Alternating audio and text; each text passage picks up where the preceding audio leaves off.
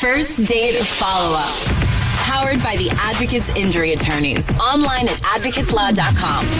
Because it's Christmas time, we're counting down the 12 first date follow-ups of Christmas as voted on by you. Yeah! We count down all the way to the number one first date follow-up that you voted on. Nicholas is on the phone today for a first date follow-up, and he's getting ghosted by a woman named Lauren. So we're going to call her in a little bit and see if she'll tell us why she's ghosting him and maybe get him another date. But first, Nicholas, how long has it been since you heard from Lauren? Hey, guys. So, probably like 5 days or so. But how often did you guys communicate leading up to that? What do you mean, like leading up to being ghosted? I guess I mean leading up to the date. Was it like you matched somewhere and you decided to go directly on a date, or were you talking for a little while before that? So we met at a wine charity event. We were both there for work, and we bumped into each other. We were looking at some of the items that were going for like a silent auction, and there were just like some crazy stuff that were going for auction. So we just went through, made fun of some of the items together and stuff like that. Weird items. So that's how you met. That sounds fun, though. Yeah. Yeah, it was pretty cool. We exchanged numbers and just decided to go to dinner for our first real date together. So I took her to a fancy pizza place. Got something to eat. We laughed. We talked about our jobs, pets. Where we want to go, like our dream vacations. And what we're looking for in a partner. It was really easy. Did your wants and stuff line up? Yeah, it sounded like we were on the same page.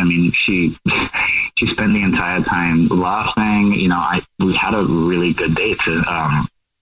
So, I was a little bit nervous actually on the date. So I was a little bit fidgety. I spilled water on myself. When the first pizza came, I knocked it on the floor. Oh, really? Oh my God, I was mortified. You didn't pick up the pizza and eat it after it fell on the floor. No, but she laughed and it was so it didn't seem like it was that big of a deal. We got another bottle of wine and acted like none of it happened. So it seemed like everything went well. It's a nice way to recover from that. Honestly, been there. I've definitely spilled all over myself more than once, so it's okay. How did everything end? I think it ended well. When she was leaving, we kissed each other on the cheek, and she said she had a great time. And I put her in an Uber, and she had a big smile on her face. So I felt like it went really well. And did you guys talk at all after the date? No. That's it? Not at all. I've called her twice, texted her, nothing. Why do you think she's ghosting you? I have no clue. Maybe the pizza thing. Maybe she thought I was like a nervous person. Okay.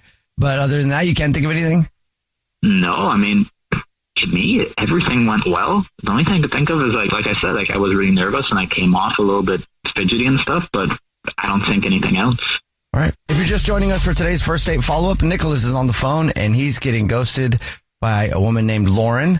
We're about to call her and see if she'll tell us why she's ghosting him and maybe get him another date. But before we do that, Nicholas, why don't you remind everybody about your date with Lauren? I went over how we met. We met at a wine charity event, but after that we went on our first real date. Went to this really fancy pizza place. Everything went well. I was a little bit nervous. I spilled the first pizza, but everything ended really well. Put her in the Uber, and gave each other a kiss on the cheek, and she had a really big smile on her face. So I assume everything went well. Put her in an Uber with a big smile on her face. Sounds like a great way to end the night. Yeah, it does. All right. Well, were you ready for us to call her? Yeah, please. Okay, here we go.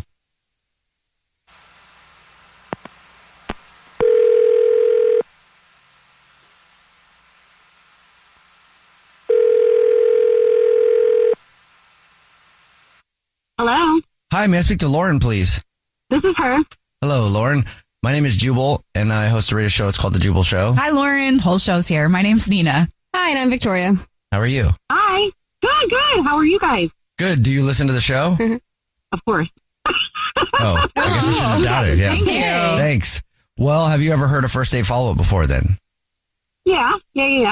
What if I told you were about to be the star of one? Okay. Yay! We got an email about you from someone that you're ghosting. I'm not ghosting anyone. Is there anybody that you went out on a date with that you're not calling back or not talking to? Well, I mean, I'm on the apps and stuff like that. So I have gone on a couple dates recently. Yes. Have you gone on a date with a dude named Nicholas? Yeah. Well, Nicholas emailed us because he says you're ghosting him. Well, I'm not ghosting him. I mean, it was one date, so it's not like serious commitment or anything like that. It was literally one date. Okay, but you are not talking to him on purpose. Yeah, kind of, but it's not quite like that because there just wasn't really anything that would warrant us for a second date, you know? That's not what he thinks. Well, I mean, he's a really sweet guy. Don't get me wrong. I mean, we went to an event, we had a good time. But that's not really, first of all, that was not a date. That was something that we both just happened to be at. So let's scratch that as being a date.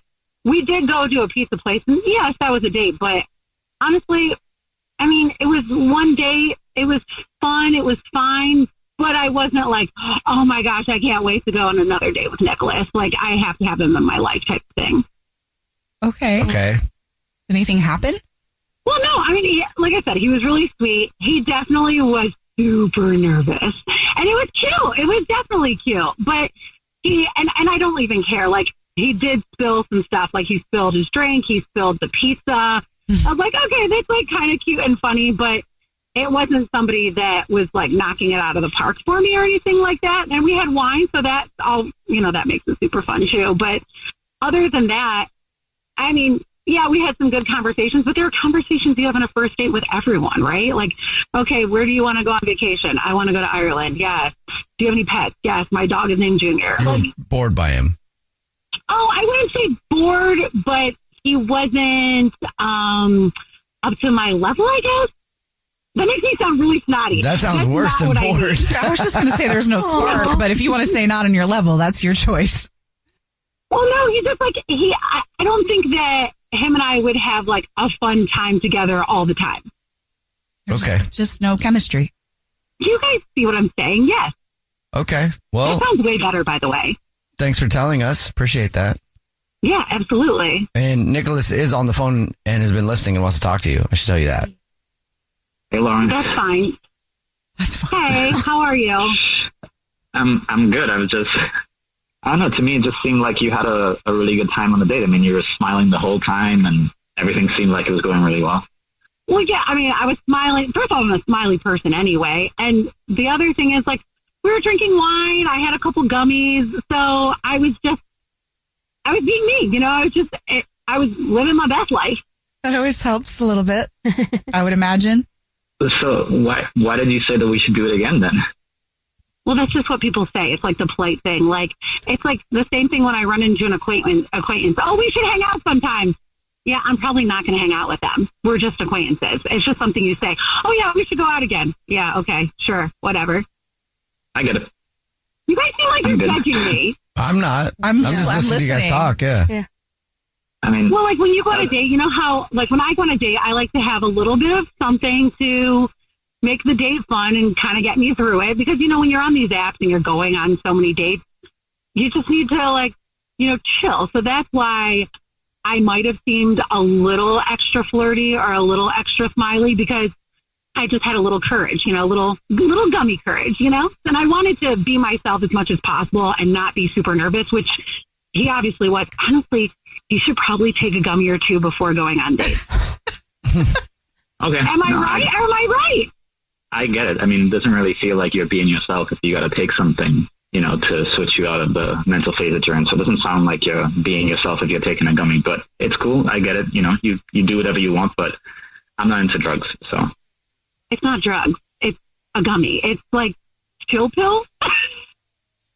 Have you eaten some of them right now? She's going to want to after this phone call. I wish. Oh my gosh. I probably would be a lot cooler at work if I did.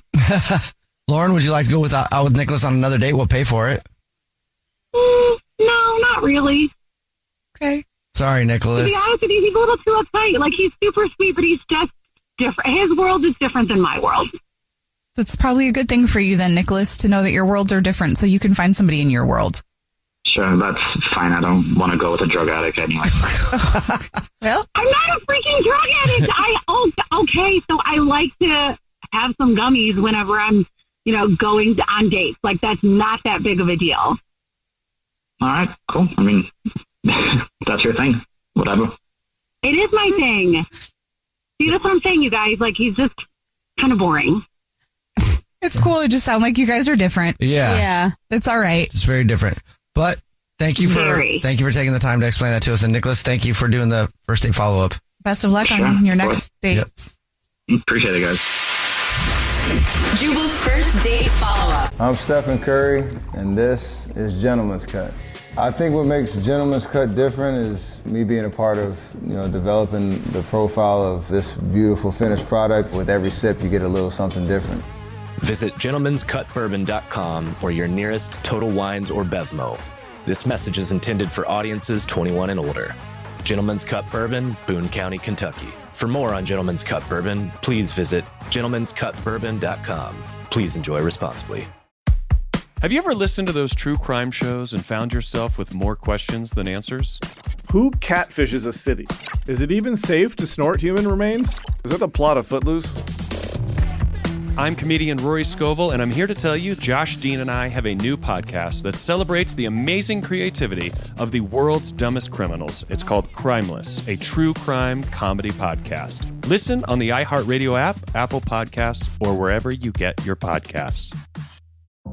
Who would you call if the unthinkable happened? My sister was shot 22 times. A police officer, right?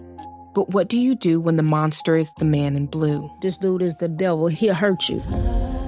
This is the story of a detective who thought he was above the law until we came together to take him down. I said, you're going to see my face till the day that you die. Listen to The Girlfriends, Untouchable, on the iHeartRadio app, Apple Podcasts, or wherever you get your podcasts. I know he has a reputation, but it's going to catch up to him. Gabe Ortiz is a cop. His brother Larry, a mystery Gabe didn't want to solve until it was too late. He was the head of this gang. You gonna push that line for the cause? Took us under his wing and showed us the game, as they call it. When Larry's killed, Gabe must untangle a dangerous past, one that could destroy everything he thought he knew. Listen to the Brothers Ortiz on the iHeartRadio app, Apple Podcasts, or wherever you get your podcasts. Dr. Laurie Santos from the Happiness Lab here. It's the season of giving, and this year, my podcast, The Happiness Lab, is partnering with Give Directly, a nonprofit that provides people in extreme poverty with the cash they need as part of the Pods Fight Poverty campaign. Our goal this year is to raise $1 million, which will bring over 700 families out of extreme poverty. Your donation will put cash directly in the hands of these families in need, and they'll get to decide how to use it, whether that's school transportation, purchasing livestock, or starting a business. Plus, if you're a first-time donor, your gift will be matched by Giving Multiplier, which means more money for those in need. Visit givedirectly.org/happinesslab to learn more and to donate. That's givedirectly.org/happinesslab. This is an iHeart podcast. Guaranteed human.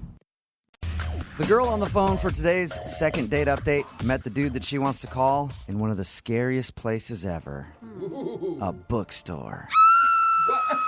I thought you were going to say like a funeral home or something. No, bookstore. Who goes into those places these days? I do. Whew, they scare me. They creep me out. Anyway, Diana, how are you? I'm good. How are you? Oh, Good. So you said you met the guy at a bookstore? I went to a book signing for a cookbook because I really like this chef because he's paleo, and I'm really into that right now. Paleo, is he kind of like a douchey gym dude? No, that's what was so weird. That's just what I'm figuring. Like, all I had today was bacon. Like, I woke up and I ate like bacon, then I washed my mouth with bacon mouthwash, and then I had a bacon sandwich before I hit the door. Paleo. Remember, she may be a douchey gym girl, so I don't know that I trust your opinion on that one. I'm not. I have to be gluten-free, so I'd rather just be paleo because it's way more interesting than gluten-free crappy bread. Okay. So you met him at this book signing for this paleo cookbook? Yes. Okay. And so we were talking in line, and his name is Mike, and when we left, he asked me for my number, and I was like, okay, sure, why not? And so he called me like the next day and he was like, hey, can we make dinner plans? And I said, sure. Way to go, Mike, calling the next day and everything. I know, that never happens, right? Yeah. And so he asked me to take me out to dinner, and I actually even let him pick me up at my apartment, which hardly ever happens, right? Yeah. This is You like usually don't want somebody to know where you live if you've only met them like for a brief moment in time. Yeah, but it's a dude from a bookstore. How bad can it be? And I love my initial reaction is like, that's so romantic. And Jubal's is, you're going to get yourself killed. Yeah. Not safe. See, I agree with Jubal because that's how I normally am. Usually the first time you meet somebody, you meet out somewhere so that you're not in the same predicament. Yeah, we trust no one. I know. You get me, Brooke. You get me. So how did it go? How'd dinner go? So he picked me up, and we started talking in the car on the way to dinner. And I said something, I guess this was stupid to say. I don't know. Like, I said, this is the first time I've been with a guy in a long time. Ooh. And did he suddenly start smiling like, all right, why did we even bother with dinner? Yeah, we're doing that. No, I meant to say, like, out with a guy, not, like, with a guy. Like, I don't know. Like, now that I hear myself saying it, I'm like, oh, yeah, that might have been bad, you know? Like, he might have, who knows what he was thinking about that. He's like, wow, she doesn't even know how the birds and the bees work. So, what is he thinking? Like I was a lesbian and now I'm out with a guy? Or Did he address it, or did it seem to just kind of go away? No, he didn't really say anything. He was just smiling. So I was just really happy when we got to the restaurant. And was dinner good, or did you make some more mistakes? Like, oh, this is the first time I've ever been with a carrot. I mean, had a carrot. It's so disturbing. I mean, had a carrot. ate a carrot at dinner. Did any more of that kind of stuff happen? No. Oh, good. No, dinner was great. We were laughing. We were talking. You know, everything was fine. And we were having a great time. I thought so. And then at one point, something just happened. Like, out of nowhere, his mood just changed. Changed how? He just wasn't laughing. He just became, like, stoic looking all of a sudden. Really? Whoa. Did you say something offensive? I don't think so. I think at that point we were just talking about bacon, actually, of all things. Wow, I'm offended. It's so funny that you said that earlier. He's a vegetarian. That's what happened. Screwed everything up. Yeah. So really, just out of the blue, his whole demeanor changed. Yeah, he just got really quiet, wasn't making eye contact with me anymore. He wasn't smiling. He started looking at his phone a lot. And how was everything at the end of the night? Was he the same way, or did it pick back up? Well, I mean, when he kept looking at his phone, I just asked him, I was like, we can go if you want to go. Yeah. Okay. What did he say? And he's like, yeah, that's great. And so... That's not good. What did you do, Diana? I don't know. I really was. That's why I need your help. But I don't know what I did. Did you ever ask him, like, what's going on? Are you okay? Or... I mean, I did ask him. I was like, is everything okay? Are you feeling okay? And he was like, yeah, I'm fine. And just, it was so cold. It was completely different than, like, the rest of the evening. Wow. Yeah. Sounds like you guys had a really not awkward drive home. I mean, but he opened the car door for me and, like, gave me a hug and said goodnight and walked back to his car. So you at least got a hug. Judging by your story, I was going to guess that he just kicked you out going like 60. Tuck and roll. Yeah. All right. See you later, lady. That was a fun date. And you haven't heard anything from him since? No. Sounds like you didn't hear anything from him like halfway through your date. But... Yeah. Right? All right. Well, we'll play a song, come back, call him, and get your second date update, all right? Thank you. Yep. Hang on. Moving 92.5. Brooke and Jubal in the mornings. Second date update. It's always really confusing when you're talking to somebody and everything's going well, and then all of a sudden the mood changes. Yeah, I was in this conversation with my dad the other day, this deep conversation. Everything's cool, and then I slowly reached across and tweaked his nipple. What? It's your dad, and then dude. His whole demeanor just changed. For me, perfectly normal. But for him, apparently that was weird. And then he didn't want to talk to me for the rest of the day. God. Whatever. Most dads love nipple tweaking. Same kind of thing happened to Diana, who's on the phone for a second date update right now. She went out with a guy named Mike. They were having a great time. And then all of a sudden, in the middle of dinner, his mood just completely changed. Yeah, he was on his phone, not paying attention to her. And then she said, well, I guess we can go. And he's like, yeah, we should probably just go. And then he dropped her off at her house, and he hasn't been heard from since. So we're about to call him and find out what went wrong. Yeah. I really just don't know what happened. And I just really would like to, figure it out and get some closure with it. I don't have any guesses for you on this one. Like, he seemed like such a gentleman leading up to it. He picked you up. He opened doors. That's the thing. He was a gentleman when we were leaving, too. He, dropped me off. He gave me a hug. He was very sweet. Yeah. I don't get it. I just don't get it. You didn't tweak his nipple or anything. Not to my recollection, no. I'm going to dial his phone number right now, get him on the phone, and get your second date update. Are you ready? Yes, kind of.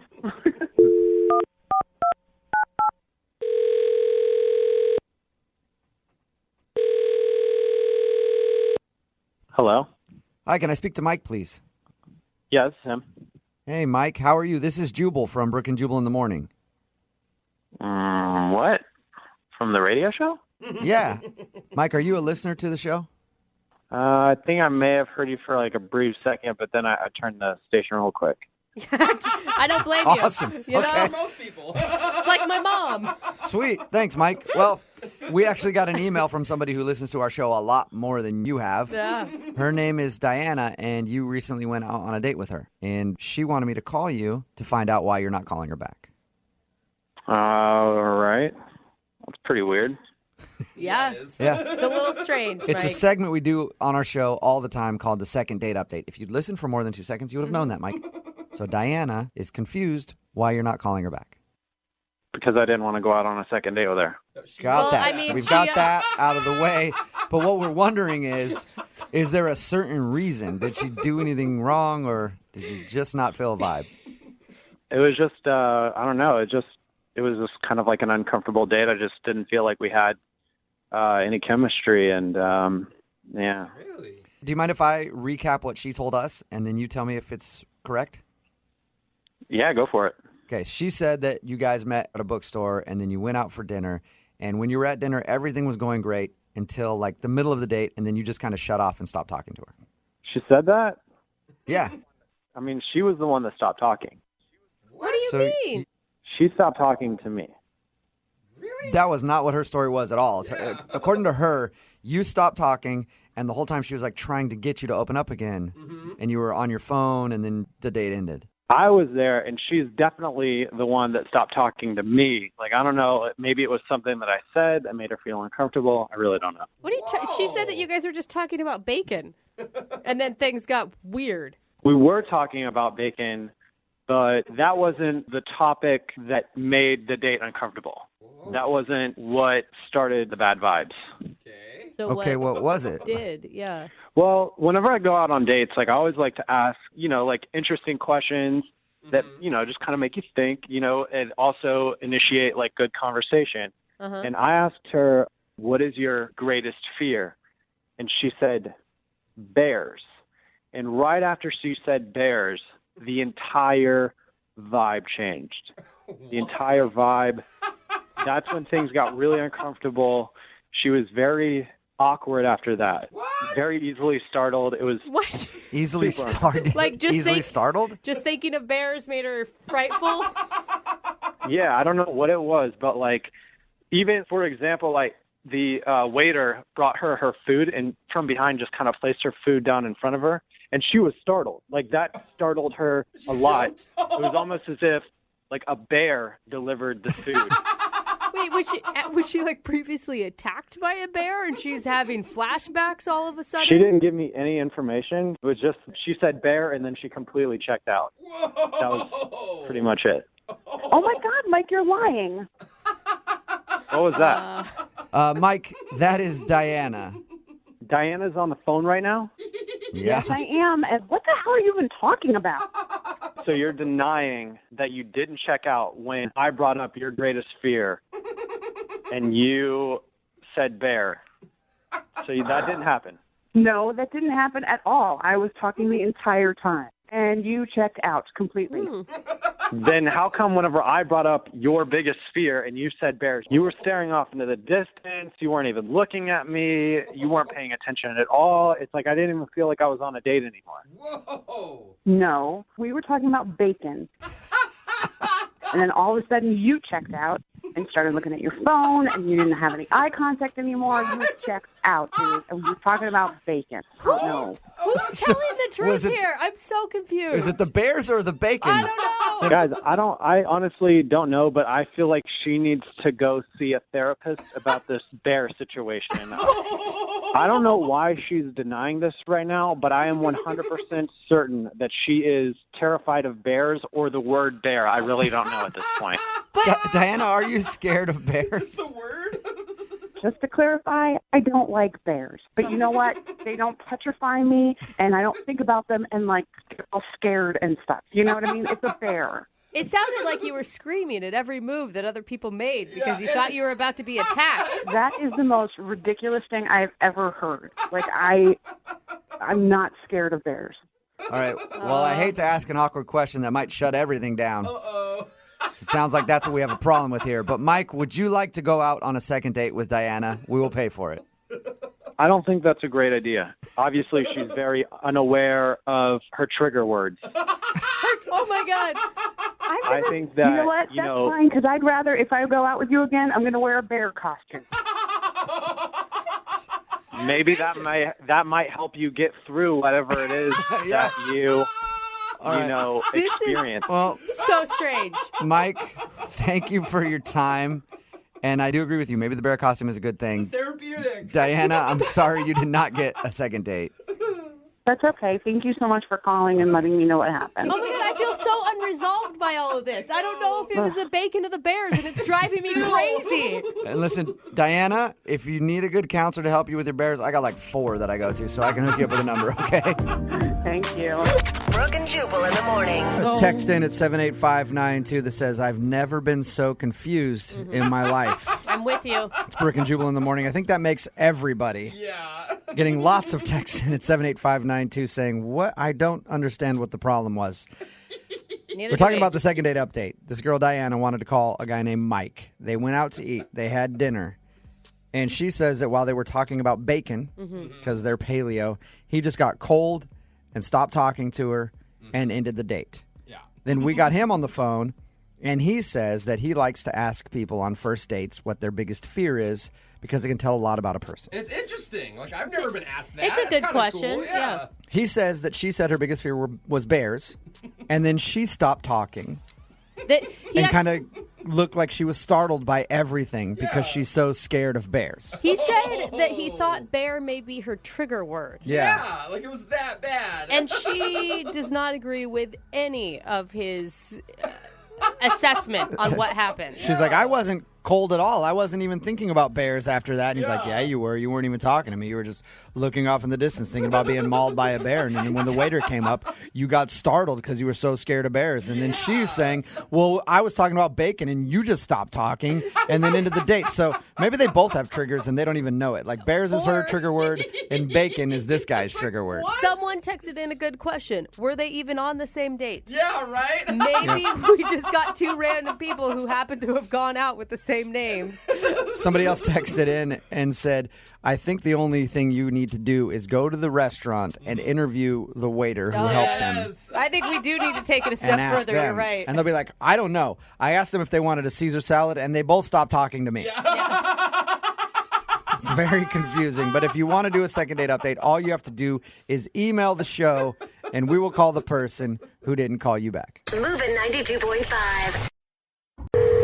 Brooke and Jubal's second date update. Doing the second date updates, we've heard a lot of stories of people being blown off after a one-night stand. Oh, yeah. They wake up and somebody's gone. Maybe they have to find a cab home. But this is probably the most messed up story I've heard about somebody getting left after a one-night stand. Oh, no. Really? Alyssa is on the phone with us. She emailed us. Alyssa is kind of familiar with our show. She's actually from Florida. Oh. Alyssa, how are you? I'm good. How are you doing? Good. Your email floored me. Really? Like when I read it, I was like, that is probably the most messed up thing I've ever heard somebody do to somebody else. What? Oh my gosh, I in this gotta hear. situation. Why don't you tell everybody what happened? So I met Alex. This is the guy. I met him online, and we talked for a while. actually had like a long distance relationship online for like 6 months, and it progressed, and he's here in Seattle. Then he suggested I come and visit him. He would fly me out to Seattle and then go to Vancouver, and we vacation there for like 4 days. Vancouver, Canada? Canada, yeah. Okay. Yeah. It sounds cool. Like, so you started an online relationship with this dude. How long had you known the guy online before you flew out here to hang out with him? 6 months. Wow. And that's a considerable amount of time. I mean, you guys probably talked, every day? Yeah, I got to that point pretty quickly. I mean, we just like had an instant spark. Was it awkward at all when you finally got out here to meet him? No, it was great. I met him at the airport, and he was exactly what I thought he would be. He was funny, and we got along really well, and he was cracking jokes. Actually, when he was driving me, I was in his car. That was when I first heard your show. Oh, wow. It's amazing, isn't it? It's a wonderful Yeah. show, really. Yeah, it changes them. Thank you for listening. Well, that's pretty amazing that you thought he was exactly like you imagined and didn't misrepresent himself at all, because I've online dated, and a lot of people do that. Just give it a minute, Lydia. You're gonna hate this guy. Oh, okay. So you went up to Canada with him, and you guys had a good time and hung out. Yeah, when he picked me up from the airport, I thought we were going to, he was going to show me his place and show me around town in Seattle, and that didn't happen. He, immediately we went to Vancouver, and we were at this great hotel. He asked if I wanted to have a separate room, and I said, no, that's fine. But he was a real gentleman about it, and he was really, sincere. And that night we had drinks, and it was just so much fun. And the next morning. Wait, you guys ended up hooking up, right? Yeah, we did. Oh, but it was on her terms, though. Yeah, no, that's not the bad part. The hookup, well, I don't know if it was bad or not. I didn't ask, she didn't include in her email if it was good. The sexual review. But what happened after is the part that I'm talking about that was amazing to me. I mean, you got to tell us, Alyssa, because up until this point, he sounds like Prince Charming. Flew you out, took you to this nice hotel. You had an amazing time. What happened? So we hooked up, and the next morning, I wake up, and he's gone. And there was a note, and there was money on top of the note. And on the note, it said that he had an emergency, and that the money was for the bus back to Seattle. Oh, and I was supposed to stay there. We were planning on this trip in Vancouver for 4 days, and it didn't. I had to completely reschedule my flight. Oh, my God. And I called him several times, and it went straight to voicemail. I went back to Florida. It's been a few weeks now. I have not heard from him. Oh, my God. So he met her online in Florida, flew her out here. They went to Vancouver. We're supposed to be there for 4 days. Ended up hooking up with her. The next morning, gave her money. It was like, here's a bus ticket back to Seattle. Sorry about that. Got a family emergency. She's in another country. Yeah, and so she had to get a bus back here and try to figure out her flights and everything else to go home. My God. Even if there's an emergency, you wake somebody up and tell them. Yes, Lydia. Wow. Oh, my God. I can't believe that. I told you guys that it was messed up. And you want us to call this guy, but you don't want to call and ask, for a second date. You just want to know what the hell happened. No. I'm done with that. I just need to know. I just need to know what the Right. Yeah. I've never had this I've never had a girlfriend who's had this sort of thing happen. This is so messed up. And there was no reason that you could think he would leave you there, other than just he got what he wanted and then decided to leave you in another country. No, nothing. And think of how much money and time he invested just to do this to you. That's such a weird thing. I kind of believe there was an emergency. Oh, I don't believe it for a second. I'm just saying. That's crazy. If it really was an emergency, it's been 2 weeks. Yeah. Yeah. She's gone back to Florida. At that point, you call and tell her what happened. He's obviously ignoring her for a reason. Yeah. All right. Well, Alyssa, we're going to play a song, come back, call him, and get your second date update, all right? Okay, thank you guys. Okay, just hold on. Moving 92.5. Brooke and Jubal in the mornings. Second date update. Hey, Alyssa. Hey. Hey. I was thinking about your predicament, and I do think that there is a silver lining. How could there possibly be a silver lining? Well, the dude that you want us to call may have left you in another country after a one-night stand, but at least that country was Canada. Right? Touche. There are a lot worse places. He could have left you in Tijuana. Yeah. Or Juarez or somewhere like that. At least you were in Canada. Oh, gosh. If anybody's just tuning into the second date update, Alyssa was actually left in Canada after a one-night stand by a dude. She met a guy online who lives out here. She's from Florida. He flew her out here, said, let's go to Vancouver for a couple days. They went to Vancouver, ended up hooking up the first night they were there. He left in the middle of the night, said, hey, sorry, family emergency. Here's some money for a bus to get back to Seattle. She ended up having to do that and then change her flight to get back home because they were supposed to be there a couple days. Basically just ditched her and hasn't been getting back to her at all.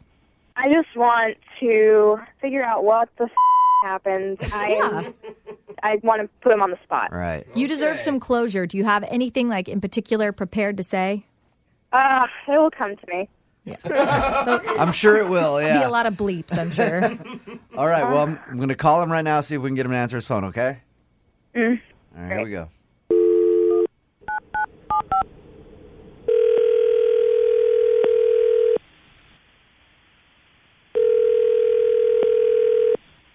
Hello? Hey, can I speak to Alex, please? This is Alex. Alex, what's up, man? This is Jubal from Brooke and Jubal in the Morning. I'm moving 92.5. Are you serious? Yeah. What's up? No, really? Yes, it is. This is kind of crazy, man. I love your show. I'm a long-time listener, a long-time fan. I've heard that you listen to us, actually. How you doing, man?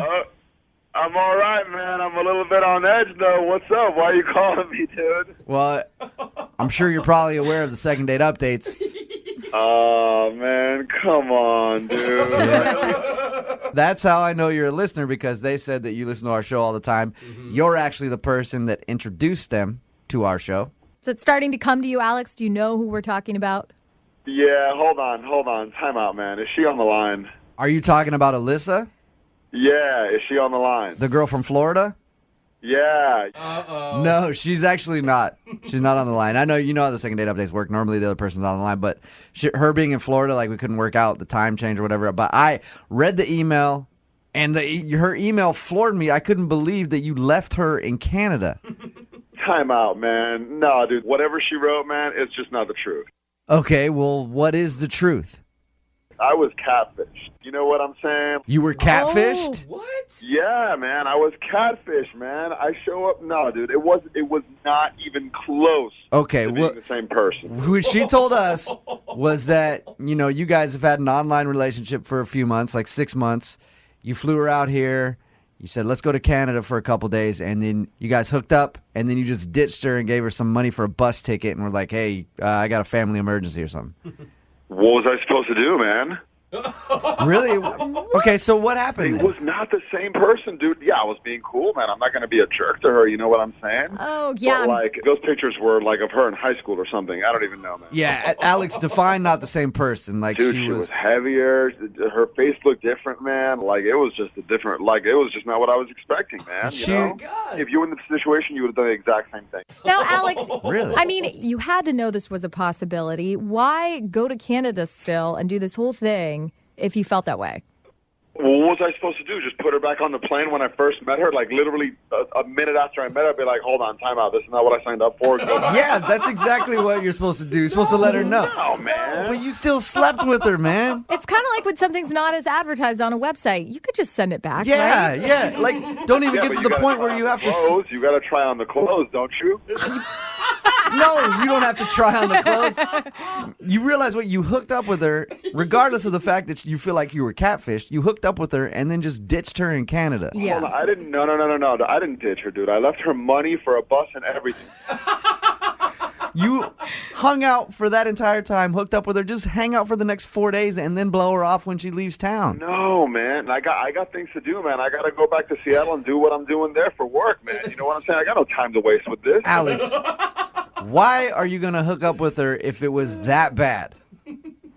Well, listen, man, we went out that night, we partied, and I'm not saying that she looked better because, we were out drinking, but, like, listen, it's hard to say no. You're a guy, you know what I'm saying? It's hard to say no. You want a couple drinks in you, what are you going to, like, turn it down? No, man. Like, it's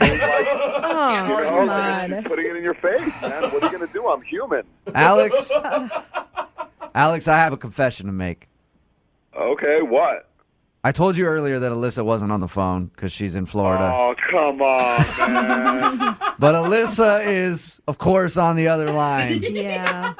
Dude, that's wrong, man. Yo, I told you I'm a long-time listener, long-time fan. How are you going to do me like that, man? Oh, sorry, man. Alyssa. Hi, Alex. Oh, my God. You are such a piece of Are you kidding me?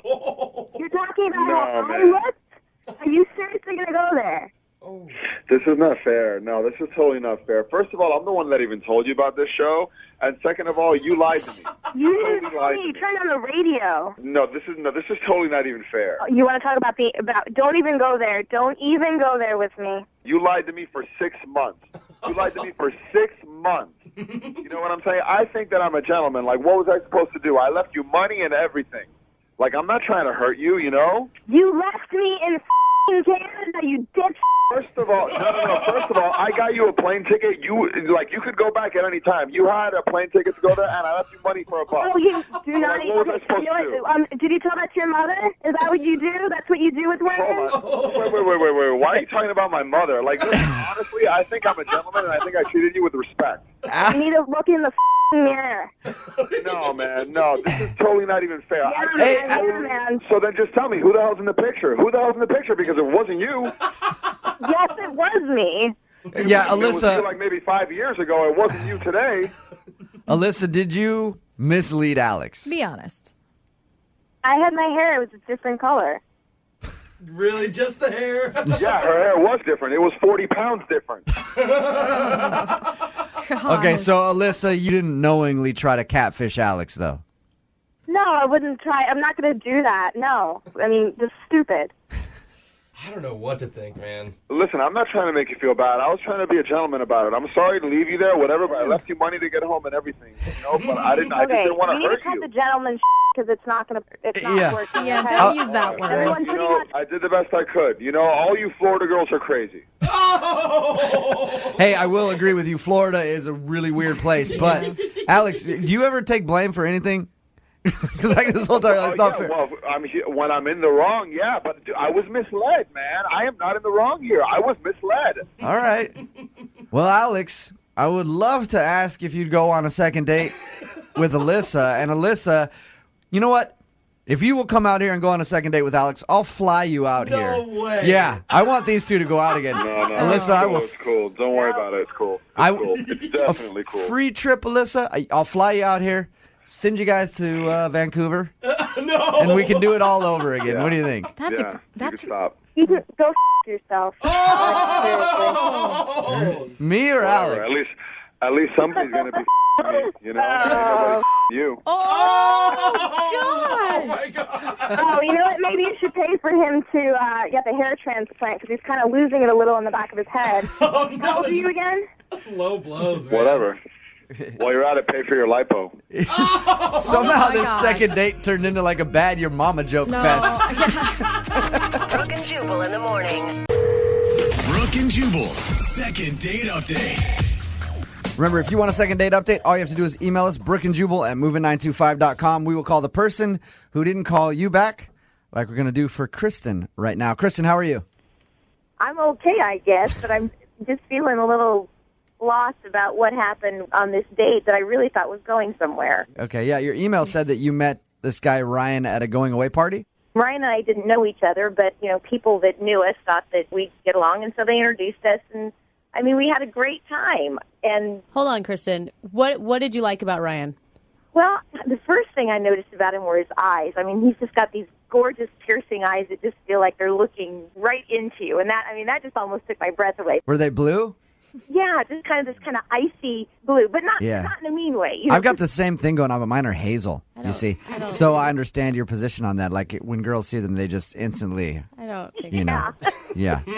So you got caught up in his blue eyes, huh? Yeah, but then he was really easygoing, and that, you know, because sometimes people with like gorgeous good looks are kind of, you know, standoffish or whatever, but he just was easygoing and approachable and easy to laugh with, and just seems like a real good guy. Did he seem into you, Kristen? Because, you know, sometimes your friends will introduce you to somebody just so that you have someone else to talk to at a party. Well, I thought so, because we spent, a huge amount of that party time together. We drank quite a bit together, did some shots. It was fun. Did he get handsy ever? A little touchy? Well, no, but there were a lot of people around, but we were, Did he fill you up? Did he fill you up at the going away party is what Brooke wants to know. I'm asking if he grabbed her around the waist or brushed her back. Just things like touching you on the elbow or, kind of leaning up against you, but nothing really, I don't know. It was all just really nice.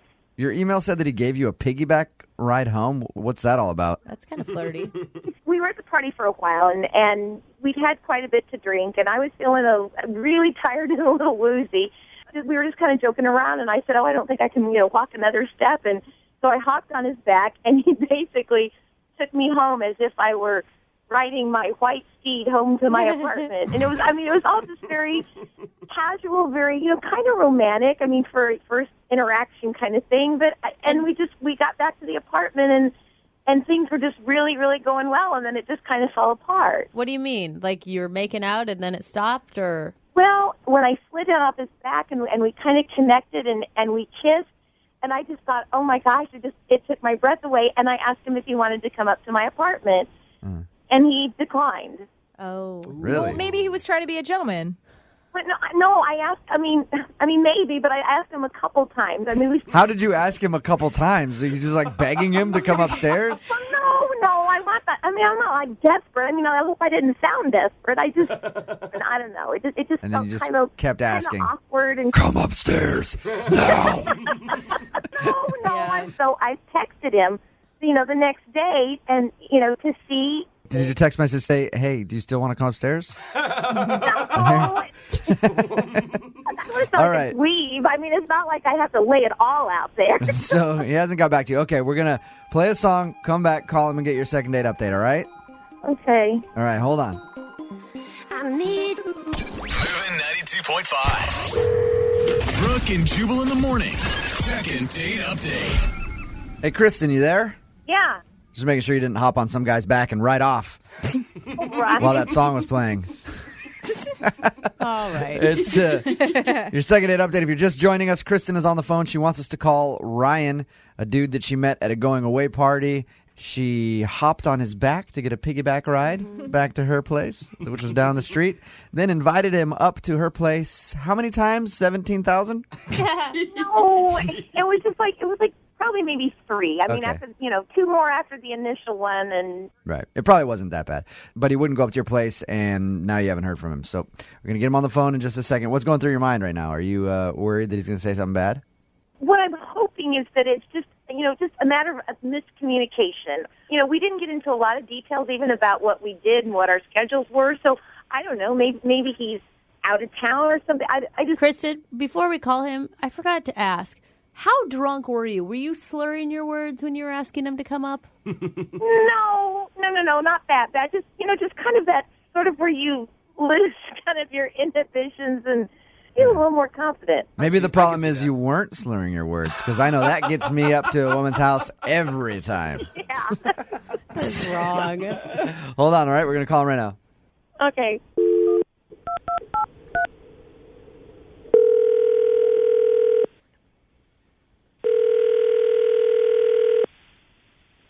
Hello? Hi, is Ryan there? Yeah, this is. Hey, Ryan, how are you, man? This is Jubal from Brooke and Jubal in the morning. I'm moving 92.5. Oh. Hey. Congratulations. Thanks. Do you remember entering a contest with our station? No, I don't. That's because you didn't. Yeah. I'm calling you about a segment we do on our show called The Second Date Update. Are you familiar with that at all? No. Okay. Say you go out on a date with someone, right? And then you blow them off and you don't call them back. They email us to call you and ask if they did something wrong. Oh. So you on a date with one of my friends named Kristen, so I'm just calling to see why you're not calling her back. She said she was a little drunk. Did she say something stupid? No. Okay. She did say that you gave her a piggyback ride back to her place. Very romantic, by the way. Nice touch.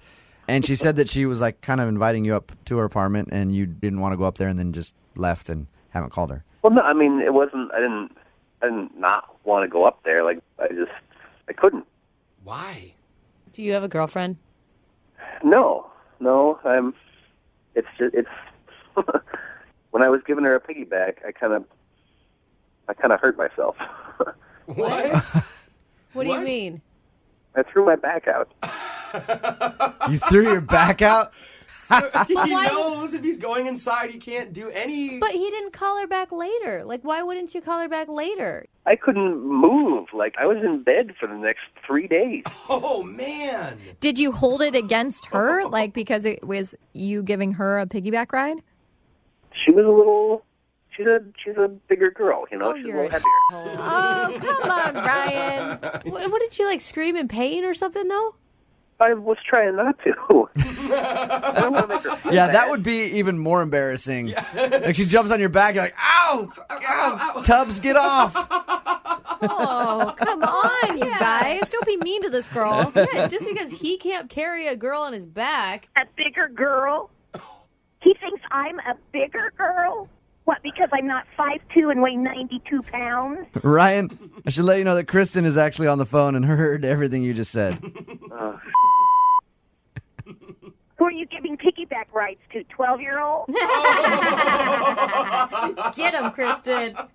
Well, I mean, What? it's not entirely untrue. Oh, not helping. Doing, dude? To what? I mean, if I knew you had a height or a weight limit on your back, believe me, I would have warned you, but you didn't say anything about that. I'm sorry, if you're over 5'7" or if you're over 140 pounds, you can't get on my back. Ryan, you saw her. You spent the whole night with her, and you, offered to get her on your back? Well, I mean, I don't know that either one of our judgments was the best, though. You know, like they've been drinking. You're saying that, all right, No, if I'm going to go ahead and read into what you're saying here, Ryan. You're saying that you, in your opinion, you had your beer goggles on, and then she hurt your back because you feel like maybe she's a little bit big for you. I'm not saying that. I'm not. I mean, That sure sounds like what you're saying. That sounds exactly what you're saying. It probably just wasn't the best idea. You know, I couldn't do anything for like 3 days. I was stuck in bed for 3 days. And I suppose it had nothing to do with the fact that maybe he had too much to drink and he wasn't using his body in the way that he should have been using it. Like maybe there wasn't a support there. Ryan, at this point, I'd like to ask if you would go out on a second date with Kristen. We will pay for it. Interested? I don't know. You don't know? What do you mean you don't know? I don't know. I mean, I can make it easier for him. Never mind. Yeah, thank you. No? Come on, Kristen. He sounds like a sweetheart. Kristen He gave you a piggyback ride. Kristen needs to go find a real man who can give her a real piggyback ride without hurting his little back. Ryan needs to hit the gym, I think, instead of going on a date. Okay. Oh, okay. He's just trying to get off this phone call. He's like, I dug myself into a ditch and I can't get out of it. Yeah. Okay, Ryan. Well, thank you for your time. I appreciate you being honest. Really? Yeah, I appreciate him being honest. Can we also say that you're sorry that Kristen got her feelings hurt? Kristen, did you get your feelings hurt? You know what? I think maybe it's more of a situation where you just saved me from some future irritation. See? Okay. See, so you can have a positive side. I appreciate that. And just make sure the next guy you go out with, you take one of those like theme park ride things along with him. Like, you must be this tall. Brooke and Jubal in the morning. Today's second date update is crazy. This guy, Jake, is on the phone, and he actually met the girl that he wants us to call at a wedding. That's Okay. not that crazy. That happens a lot. But she was the bride. What? Okay, we don't even want to be involved in this. I'm going to put my foot down right now. I'm just kidding. Oh, She thank wasn't God. But he did meet her at a wedding. Oh, my God, Jubal. What's up, Jake? How are you? Good. How are you? Good. Oh. So your email said that you met the girl that you want to call today at a wedding. I made up the bride part. Tell us a little bit about her. Well, I mean, she's really hot. The first thing that attracts anyone. Right. I did notice that she was packing heat in her booty. There you go. That's nice. So you were at this wedding and you were like, damn, that is. No, I definitely was. I was eyeing the buffet before, but then I saw that and I'm like, You're like, wait a second. There's a much bigger honey glazed ham over there I would like to sample. So how did you approach her at the wedding? Did you already know her? Is she a friend or did you just meet her there? She knew the groom, and I was friends with the bride. Okay, so you didn't know her prior to the wedding. You met her at the wedding. No, I did not. We met at the wedding, yeah. Okay. And were you watching her the whole time to make sure she wasn't there with the date, or were you just crossing your fingers and hoping for the best? I was just hoping. In retrospect, I probably should have checked. Yeah. Most people go to weddings with dates, so. Right. No, I didn't check. I just figured, what the hell? How often am I going to be able to see someone like that? I might as well approach her while I can. So how did you approach her? Well, this is really stupid thinking about it in retrospect. I went over to her and I pretended to drop my wallet, and then I picked it up in front of her, and then I was like, oh, sorry, I didn't mean to get in your way. And then I was like, hey, I didn't recognize you. Are you, oh my God. Do you know the bride or the groom? And she's like, oh, well, actually, I'm friends with the groom. And I was like, oh, well, I'm. So that actually worked? You dropped your wallet in front of her like, oops, sorry about that. Well, in my mind, it worked better than it actually did, but I think that it worked somewhat. Did she see? I mean, did she see through it? She knew obviously that you were trying to pick up on her, right? I'm pretty sure she did. Yeah. Pretty sure that she was aware. It makes it easier also to ask for the number. Like, hey, obviously I'm hitting on you. Can we go out? So you guys did go out though. Tell us about your date. Originally, we were gonna go out to dinner, but I worked really late that night. And so, I called her like 4 or 5 hours before our date, and I was like, hey, I have this big project I have to be able to finish, so can we just do the date at my place? I can cook you dinner, and, maybe we can watch something. Was that really your excuse, or was this just a plan to get her back to your place?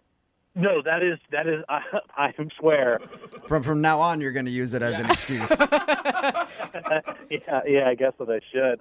And so she came over to your house, and then what'd you guys do? I made her dinner, and then we watched a movie, and we had a few drinks, made out a little bit. Nice. Is that it? Just make out, or did you guys do more? Yeah, no, that was kind of it. Oh, you're letting me down. I thought I was like, man, this started off as a dinner date at a restaurant, and now he's like, just said, I have to work late. Now she's back at the house, they're drinking, watching TV. This is going to end great. So you made out for a little while, and how did everything end with her?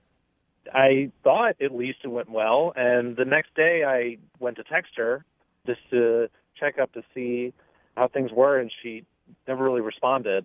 So have you heard anything from her at all? No, nothing. Was the conversation easy when you guys were together, or was it like some awkward stuff? Well, yeah, looking back on it, I think that I probably told one too many stories about being drunk with my buddies. I'm going to go with I've yes. been in that position before because I have a lot of drunk stories. It's pretty much the only stories I have. And so if I'm out on a date, I realize like, oh man, like every single story that I've said has been about me being hammered. And they're impressive to your bros. They're not impressive to the lady. No, not. You know?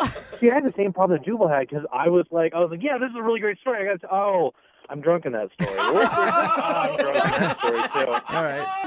So you think maybe that she just thinks you're like a party dude or something? That's what I'm afraid of. Yeah. Okay. Oh, yeah. And that's why I wanted to call you guys because, I can legitimately have a normal date where we go to dinner and I don't talk about how I got drunk with my buddies all the time. All right. Mm-hmm. I feel like, and the ladies can correct me if I'm wrong on this, but I feel like if you do that, if you talk about being drunk all the time, maybe a girl will look at you like, oh, you're not the type of dude. Yeah. And that's the thing. I'm afraid, because it was a first meeting that she may just have the wrong idea. And I would love the chance to make it up. Explain it to her that you're not always drunk. All right. Well, we'll play a song, come back, call her, and get your second date update, all right? Thank you. Okay, hang on. Moving 92.5. Brooke and Jubal in the mornings. Second date update. All right, Jake is on the phone, and today he wants to call a girl named Eliza. They met at a wedding, ended up having a date back at his house. He made her dinner. They watched some TV, made out a little bit. But then she left, and he hasn't heard a thing from her. The only thing that he thinks went wrong on the date is maybe he told one too many drunk stories, and maybe it turned her off. Because girls love it when you're on a first date and you're just like, yeah, me and my buddy Chet, we're just like crushing beers. Oh, I got another story for you. It's about when me and my buddy Chet were crushing beers. It's like, so he feels like he kind of did that number, and now she's like, I don't know if I want to date this dude. He seems just like a kind of a douchebag. Would that be an appropriate breakdown of your date, Jake? Unfortunately, yeah. All right. Well, I'm about to dial the phone number. Any last thoughts before we get her on the phone? I really do think that I can make it better. I really do think I can. Okay, cool. Well, I'm going to dial the phone number, see if we can get her on the phone. Okay? Okay. All right, here we go.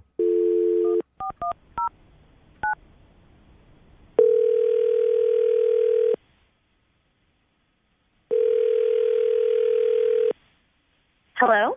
Hi, can I speak to Eliza, please? This is she. Hi, Eliza. How are you? This is Jubal from Brooke and Jubal in the Morning, the radio show. Do you have the wrong number? I don't think so. Is your number 63855? Yeah, that's my phone number. Okay, then you're the Eliza that I want to talk to. How you doing today? Okay, I'm fine, I guess. Well, I'm calling you because a listener of ours recently sent us an email asking us to get a hold of you. Okay, why? Because you guys recently went out on a date and now you're not calling him back. Okay. His name is Jake. You met him at a wedding and then ended up having dinner at his house. How do you guys know that? He sent you an email? Yeah, he did. He told us a little bit about your date and also said that you're not calling him back. What did you think of Jake? He seemed nice enough. Nice enough. Yeah, from meeting him, he seemed like a good guy. Okay, so everything you're saying sounds like you don't think that about him anymore, though. Well, I mean, I'm not calling him back, so. Okay. Good point. Yeah, very good point. Do you mind telling us why you don't want to see him again? He's curious. Well, he kind of canceled our dinner date and invited me to go back to his place, which, I was a little skeptical about if he was just trying to get me, to go back to his place and to have dinner there and whatever, but. He told us about that, and I thought the same thing, Oh. because I even asked him when we talked to him, and I was like, that was a great excuse to get you back to his house, but he was 100% legit. He was working late. Yeah, it sounds like a lie. But did you enjoy dinner and everything with him when you went over to his house? I did, and we had a good time at first, and then after a few drinks, we just kind of started talking, and he started just telling me stories about, like, all of his late nights with his buddies and how they get wasted every weekend and, like, all these crazy stories, and I don't know, I was just kind of a little taken back by that. Okay, was it just too many drunk stories? Well, yeah, and I mean, he started saying that his nickname was the Moose. The Moose? And, Why is his nickname the Moose? Did he explain that? Or well, he told me that his buddies call him that once they all start, and once especially he starts drinking. What does Why? he do? Did he give you an explanation? He gave me a demonstration. What? A demonstration? I've got to hear this. A demonstration of why they call him the Moose. Does it involve showing you a body part? Because that's where my mind instantly went. No. No. He actually just grabbed the bottle of wine from the table and started chugging wine straight from the bottle. Really? So was he just getting hammered on your date then? I don't know exactly. He was drinking a lot. Okay. Did he well, that's want what you the to Moose like? does. Did he want you to like start chanting "moose, moose, moose" during it? He did not ask me to do that, but I have a feeling that that's probably what usually happens. Yeah, like if you would have started, he would have been like, "Yeah, this chick's down. She knows how Moose parties." Oh my gosh. What did you say when your date started chugging wine in front of you? I mean, what do you say? I was just like, "Oh wow, that's really cool." Yeah, I guess, yeah. Are you going to be super impressed by that? Like, my patent move is chugging a whole bottle of wine in front of a girl. Trust me, it works every time. I didn't know what to say. Yeah. So, and then at one point, we were kind of watching TV, and he was still drinking, and he was like, well, maybe if we keep drinking, the little moose can come out and play. No, he did not. He actually referred to it as the little moose. Yeah. Wow. All right. Hey, Eliza, when we talked to him, because we talked to everybody about their date, he left out the moose part. Have you been wanting to talk to the moose since? I think I'm okay. Okay. Well, unfortunately, Eliza, the moose is actually on the other line and just heard what you said. Moose, you there? Yeah, I am. Oh, no. You left out a very important part of your story there, Jake. No, we talked about all kinds of party stories. I didn't leave anything out. Hey, but you didn't tell us that you refer to yourself as Moose and then asked her to touch the little moose. Well, to be fair, I don't remember that. So, So that's a good sign. There you go. You don't remember that? Are you serious? no, listen, I feel really bad. I felt like I already ruined the date because I had to move it to my place, and I wanted to impress you, so I wanted to sound adventurous. And I'm like, well, what adventure stories have I done? And they all ended up involving me drinking. Well, there's a difference between being adventurous and acting like a frat boy. Beer bonging wine in front of your date. I'm sorry. I'm a fun guy when I party, and I wanted you to experience the moose. Ride the antlers. That's what I do sometimes. Jake, getting drunk on a first date and calling yourself the moose is just it's not cool. And I'm looking for somebody who's more mature than that. Yeah, I know. And you know what? And I made a mistake, and I feel bad. Once again, I was nervous. I wasn't making the best decisions. I was nervous because I liked you. And Eliza, you couldn't have hated it that much. I mean, you did make out with him. Yeah. Yeah, and I kind of regret that, but... You regret that? You regret making out with me? Uh-oh. The moose is loose, it sounds like. Jake is upset. That's really insulting. Well, Jake, from what you told us, you didn't really exactly sell yourself very well. Maybe. When did you guys make out? Did you guys make out before he started calling himself the moose or after, Eliza? It was before. It was before, okay. Oh. So she was down with making out with you until you started calling yourself the moose, and then she regrets it. I don't necessarily think it's that rude, Jake. It's just, I can't believe she said that, though. Jake, how about this? You got like 10, 15 seconds. Sell yourself to Eliza right now and make her think that you're not just a drunken D-bag. Eliza, I apologize. I really do like you, and I was nervous. And I promise if I see you again that you'll really get to know the real me. Eliza, would you like to go out on a second date with Jake? I will pay for it. You know, the moose, I just don't think that's going to happen. Oh, but come on. I feel like hopefully you learned something, and maybe you won't do this to the next girl you try to have a first date with. One more date with the moose, and he'll prove to you. Maybe the moose won't even be there. It'll just be Jake. Oh. Nah, I think I'm good. Really? All right. That's too bad, Well, thank you for Eliza. your time, Eliza. Appreciate it. You're welcome. All right, Jake, I'm sorry, man. Yeah. No second date for you.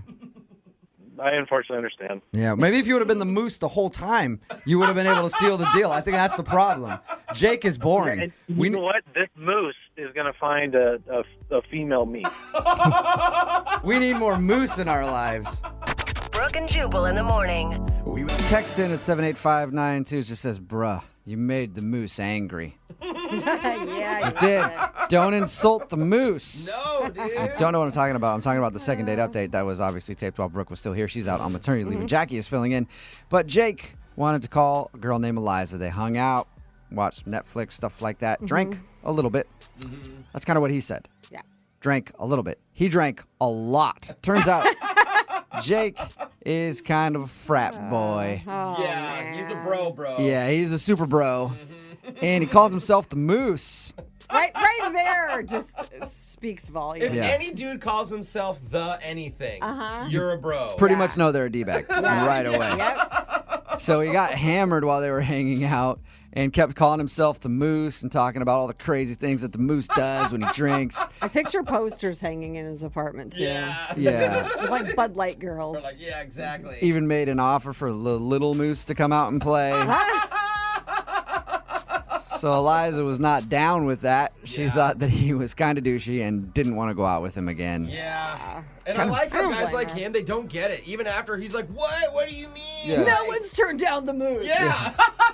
Did you not hear how I describe myself? I describe myself as a very powerful animal.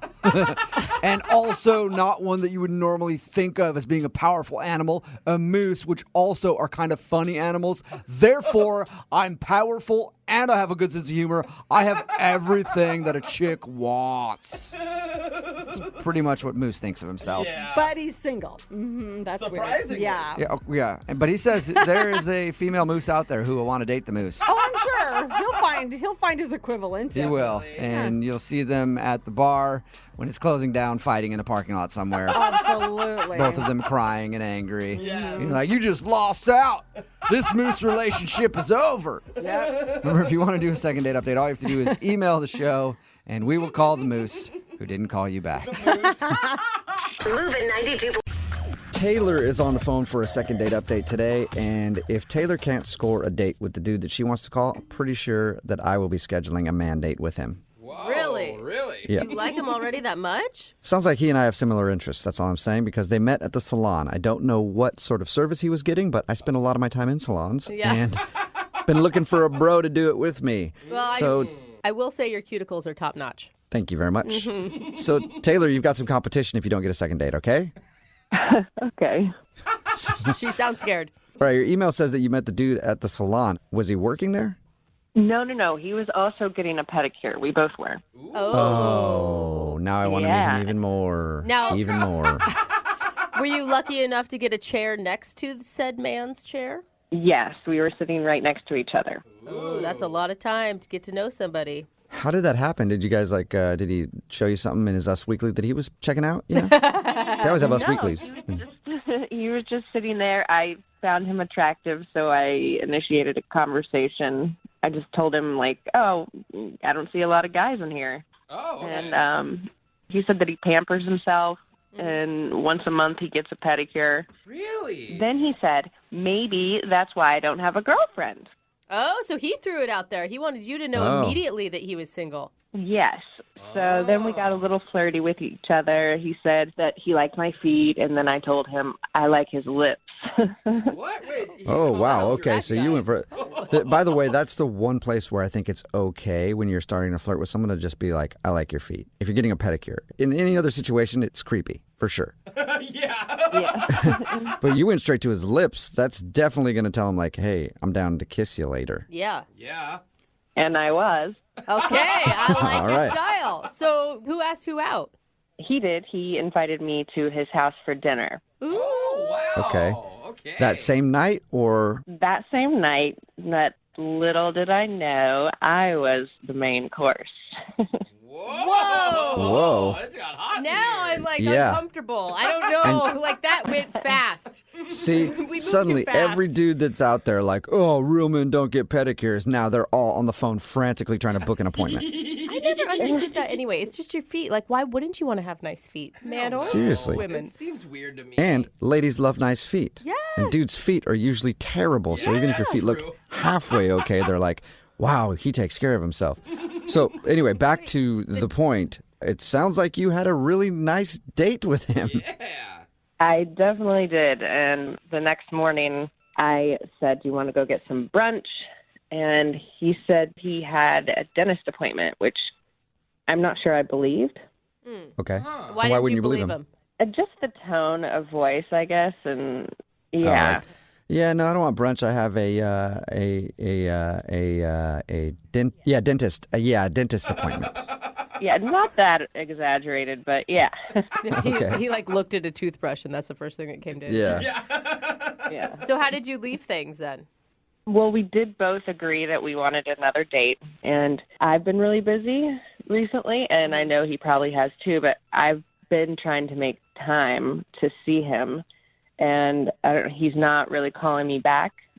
We have exchanged a couple texts. I just don't really feel like he's trying to, go on a second date. He's not putting in the effort that I am. Weird. Was there anything that made you feel like this was more than just one wild, crazy night? I mean, when we were talking and having conversations, it turned out that we had a lot in common. So, I mean, I definitely would like to pursue this and get a little deeper than, a one-night stand. Right. I shouldn't say deeper. Yeah, I know. I was trying so hard not to make a joke. Thank you for addressing it for me. That helped. You're welcome. He has been texting you, though. Yeah, we've exchanged some texts back and forth. This one's strange to me because it's not like a big drunken night that just turned into a hookup. Yeah. I don't know if you guys ever ate dinner, but I assume you had some sort of conversation other than just getting in. Yeah, we ate a little. Yeah. Like take 2 bites and you're like, you know what? Screw this. And then you throw everything off the table. You go, get over here. At least that's what happened on your date in my mind. Okay. But any idea why he doesn't want to see you again? I really don't know. I mean, I don't think there was a problem in the bedroom area. But I hope that he doesn't think that I'm too easy because I just slept with him, on the first night. And if he does, I'm sorry, he slept with you too. He's just as easy as you are. I know, but you know how there's different standards for women. Yeah, but I hate that. It makes me angry. So why? Because they just assume that then you sleep with everyone the first time you meet them. And guys do that. Exactly. And lots of dudes are down to sleep with it. Dude, I walk down the street. Every time I pass somebody, I'm like, yeah, probably sleep with them. So dudes are worse, but then they judge you if you do it. So hopefully that's not the case. But we'll find out what it is. We'll play a song, come back, and then call him and get your second date update, all right? Okay, great. Okay, hang on. Moving 92.5. Brooke and Jubal in the mornings. Second date update. If you're just tuning in for today's second date update, Taylor is on the phone, and Taylor met the dude she wants to call today while she was getting a pedicure. He was also getting a pedicure next to her, and everybody knows where pedicures lead. The bedroom. They ended up having a one-night stand. No. It sounds like they didn't even make it to the bedroom, to be honest. Yeah, it's a pretty classic story, Girl goes in for a pedicure, meets dude getting a pedicure, then they go back to his house, have all kinds of crazy fun all night, and then wake up in the morning, and he doesn't call her back. Just a classic story. Oh, yeah. Taylor, are you ready to call John and see why he won't agree to another date? I am. I'm starting to get a little... I don't know. I'm not really sure about the whole situation and if I'm actually want to go on another date because I like him or if I'm just kind of like pissed at him at this point. Well, is this your first one-night stand? No.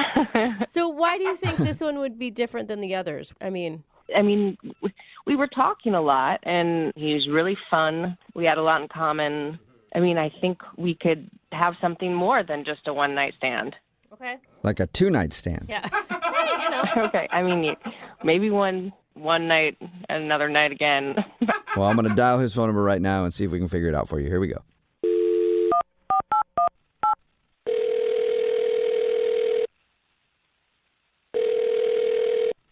Hello? Hi, is John there? Who's calling? John, are you there? Yeah, this is John. Hey, John, how are you? This is Jubal from Brooke and Jubal in the Morning, the radio show. Okay. We do a segment on our show called the Second Date Update. Have you heard of that before? Nope. Okay. All right. Well, what it is if you go out on a date with somebody and then end up blowing them off after your date, they'll email us to get you on the phone and find out what happened. And we recently got an email about you. About me? Yeah, about you, Mr. Soft Toes. What are you talking about? I'm talking about you got great feet, man. That's so creepy. You got fabulous feet. True, though. I'm sorry, man. I'm just confused. Why are you talking about my feet? Because they're smooth. And I like that about you. Because my feet are smooth as well. Because I get pedicures, too. Oh. And the girl that reached out to us, her name is Taylor, and you met her while you're getting a pedicure. Oh, okay, man. That makes a lot more sense. I was kind of weirded out by you talking about my feet. Yeah. I like how it was only kind of, though. Good on you. Just a little. Yeah. So Taylor reached out to you guys about me? Yeah, she did. She sent us an email because she's confused. She's been trying to schedule another date with you after you guys went out, but it seems like you don't want to see her again. I don't know what she told you guys. Well, it sounds like you just went back to her place and went right to the fun. Actually, guys, we went back to my place after the salon. Okay. That's what I meant. Sorry. But still, you guys had fun. We did. We did have a nice evening together. Okay. She was a bit more graphic about it. Yeah, Told us she everything. was. Everything, John. God, even her laugh was more graphic about it. She told you guys everything that went on? Everything, dude. Every single detail. That's why Jubal wants to get a hold of you. What is that? I'm not so comfortable with someone sharing all my intimate stuff on the radio. What did she tell you guys? She just told us that you guys hooked up, but she says that it seems like you don't want to see her again. Is that true? Okay. Wow, this is just getting stranger and stranger. After we hooked up, obviously I invited her to stay the evening at my place. Right. And she was like, oh, great, I'll go get my bag from the car. And I was like, cool. I don't know why she already pre-planned a bag. That's kind of strange. I mean, we literally just met. But you know, I didn't question it. I just assumed maybe she had a change of clothes or like it was a gym bag or something. Right. That's totally something that a lot of people have in their cars. Right. That's what I thought. So anyway, she comes back into my place with this bag, and it's much larger than I expected. You know, again, I thought it was like a duffel bag or a backpack. You know, she comes in with what almost looks like a rolly suitcase type duffle bag. Like she's getting ready to go on like tour or like you know travel the hills of Europe or something. Anyway, she opens this bag and she takes out this mask. Mask? A mask? Like a mask. It sounded like you said meth for a second. I was like, whoa. No. Mask. That's what almost have been a more appropriate solution. Really? She pulls out this mask, M-A-S-K. And this thing is the scariest friggin' thing I've ever seen. What is it? Like it's a sleeping mask, but it looks like a Darth Vader mask.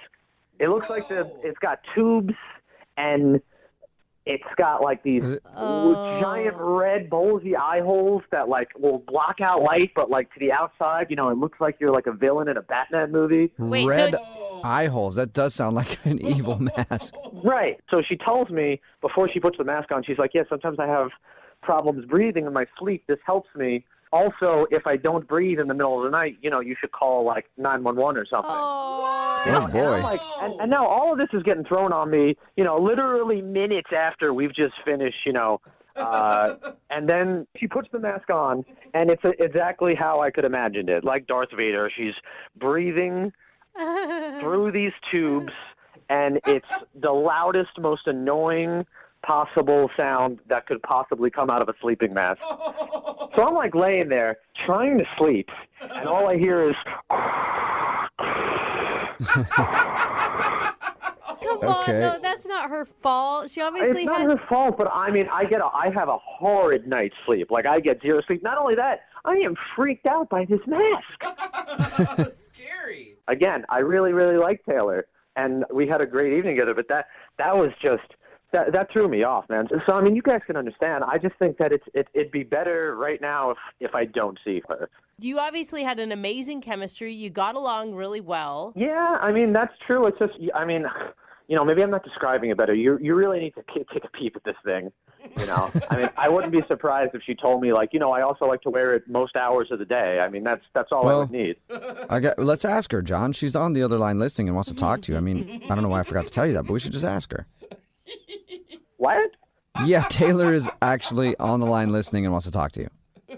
Like, on the phone, or she's just listening on the radio? On the phone. It's me. Oh, man. Yep. Wow, Taylor, I am so sorry. I don't understand why it's a problem because I explained everything to you that night. It's not a big deal. I mean, it's just a machine. I mean, it was a scary machine that kept me awake all night. I didn't sleep at all. Well, I'll tell you that you did sleep at some point because you snore extremely loudly. Yeah. Okay, but Taylor, here's the thing. Like, I don't know what you wanted or expected me to do. Oh, I am so sorry for you. Was that really difficult? Sleeping next to someone with a machine? What a hard life for a little baby. I tell you what, it was hard. And, you know, maybe a heads up would have been nice. I mean, am I supposed to be excited, you know, that I'm sleeping next to the crypt keeper? Oh, okay. I didn't realize that you were going to be handling it this way. But since we're going that route, I wasn't going to tell you this, but your breath is horrifying. And you have the most horrible morning breath. And you know what? While I'm on the subject, when was the last time you washed your sheets? Like, what decade was that? Oh, Taylor, why would Wow. you even want to call a guy back that has dirty sheets? I'm sorry. That is like red flag to me. That's like ruling out 90% of dudes. Ah! Seriously. Well, you know what? Maybe we should. Okay? And by the way, John, it's a sleep apnea machine. I have to use it in order to breathe. It's just more that I wish we had talked about it before you just kind of like whipped it out. You know what I mean? Don't know how many times people have said that in a second date update.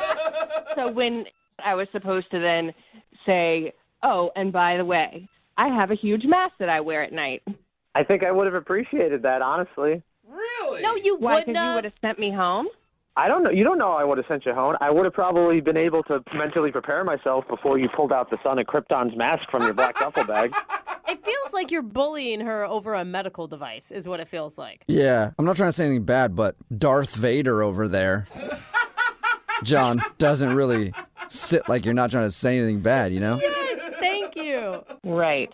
Okay, I understand how that sounded or how it came off, and I mean, honestly, Taylor, you know, we don't know each other very well, but I'm just not that type of guy that's going to try and bash other people, and I'm sorry. I'm sorry I said those things.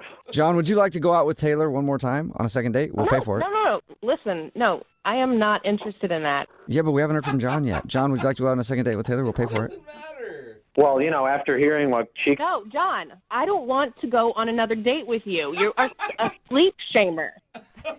Sleep shamer. A sleep shamer? What are you even talking about right now? You shamed me for the way that I sleep. It's not the way that you sleep. It's just the apparel that you wear while you sleep. Yeah, I wasn't shaming how you sleep. You sleep on your back, and that's fine. But the other stuff, that's what I'm shaming you for. It is to keep me alive at night. It just bugged me, and I'm sorry. All right. Well, Taylor, I'm sorry. No second date, but it sounds like that's fine with you. Totally fine. And John, I'm sorry that you were scarred by Taylor's sleep apnea mask. Oh, get a grip. Taylor, all I'm saying is that the next guy that you take home, just give them a heads up about the mask that you're going to pull out of your duffel bag at some point in their lives. Okay, well, next time you bring someone home, you should probably warn them about the biohazard that is your sheet. A listener named Rick is on the phone to do a second date update today, and he already knows that the girl he wants to call is not interested in going out with him romantically ever again. Oh, so this is going to end well. Yep. Yeah, why are we doing this? Because she texted him that and let him know that she doesn't want to go out. But he still wants to do a second date update. We'll get to what you texted in just a second. But, Rick, why not just give up the fight, man? I don't know. I feel like there was just some unfortunate things that happened on the first date that really aren't an indicator of whether or not we should be together. Okay, listen, some people can't take a hint. That's not a hint. That is very direct. Yeah, but I need a second chance. I want to convince this girl that she should go out with me. We had a nice time, and she was really, really hot. So I just wanted to see her again. I love that that's always the first thing a guy says. Well, I mean, we didn't spend that much time together. I didn't get to know her that well. All right, well, tell us a little bit about her. What's her name? Her name's Kelly. Kelly, and where did you meet Kelly? We met online. Okay. She's really beautiful, and it seemed like from her profile, as far as I could tell, she was a really social girl, had lots of friends, and we went back and forth for about a week and a half, just texting each other, and we decided to meet up. We went out and got some drinks, and she said that it was her first time meeting up with somebody from online, which, I don't know, I kind of didn't buy. Oh, you think she's lying about it?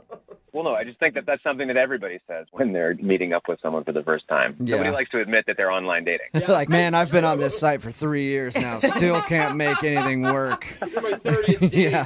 All right, so she told you it was her first time dating, but how did everything go with you two? Like, why do you think she doesn't want to go out with you again? Well, I don't know. There were just a couple of moments that were just kind of unfortunate. Like, I made this joke that she did not get, and I don't know, I have a pretty dry sense of humor. And Wait, she didn't get the joke or she didn't like the joke? Those are two different things. She didn't get the joke. Okay, what was the joke? We were having a great conversation. We were laughing, going back and forth, and I just said, God, this is great. I think we should go ahead and make it official, don't you? Totally deadpan. Oh, no. Totally deadpan. Yeah, that's not very funny. Yeah, the delivery was a little off. Yeah. So she didn't laugh at that joke, huh?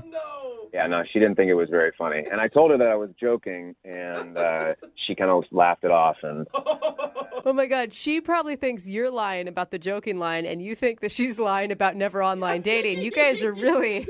yeah, we're a couple of liars. We're amazing. Yeah. I'm surprised this didn't work out. Did you recover from that joke, or was it awkward the rest of the night after you said that? I mean, she kind of chuckled after I said I was joking, and she shrugged it off, and we continued to have an okay evening. And then she went to the bathroom, and we were kind of getting ready to say goodnight, and she came back, and I paid the bill, and she said, this is kind of embarrassing, but she said, she's like, I don't know if you know this, but your shirt's inside out. And That's awesome. she was right. My shirt was totally inside out. I don't know how. No, wait. To be fair, was it a T-shirt or a button-up? It was a T-shirt. All right. So you had your shirt inside out the whole time, and then you made an awkward joke about you two making things official like 30 minutes into your date. Yeah. So this is why I'm saying I think I deserve another chance, because there were a few hiccups that could have been avoided, and, come on. I just don't think that those two things warrant a I never want to see you again text message. Well, actually, she didn't say outright that she didn't want to see me again. Like, we said goodnight that night, and we text back and forth for about a week, and I don't know, I just felt like she was kind of keeping me at arm's length, Like, she wasn't really giving me an opening to, ask her out again, and right. And then I finally did, just outright, and she said, I think maybe we'd be better off as just friends. Oh. Which all right. Sounded like a real nail in the coffin. Yeah. Have you guys talked since that text where she just said, let's be friends? Well, I responded saying, really? Why? Come on, let's grab some dinner. And she didn't respond to that. So, well, that's not a good friend. Exactly. I always feel like when people send that text message, it usually means that they're just not attracted to you in that way. That maybe everything else is great about you, but they just have no sexual attraction towards you. Yeah, maybe. I mean, someone who's gutsy enough to tell me that my shirt's inside out, she could have let that slide. She didn't have to tell me that. Yeah. You'd think she'd give you just a straight up answer on what's wrong with you. Yeah, exactly. Which is nothing. Oh, okay. Mr. Confidence. I like that. All right. Yeah. Well, we'll see if that's true. We'll play a song, come back, call her, and get your second date update, okay? All right. All right, hold on. Moving 92.5. Brooke and Jubal in the mornings. Second date update. All right, if you're just tuning in for today's second date update, Rick is on the phone, and he wants to call a girl named Kelly. We talked to him about his first date, and it sounded kind of like a disaster. But Rick, I think actually you got something way better than getting another date with this girl. Really? What's that? You made a friend. That's right.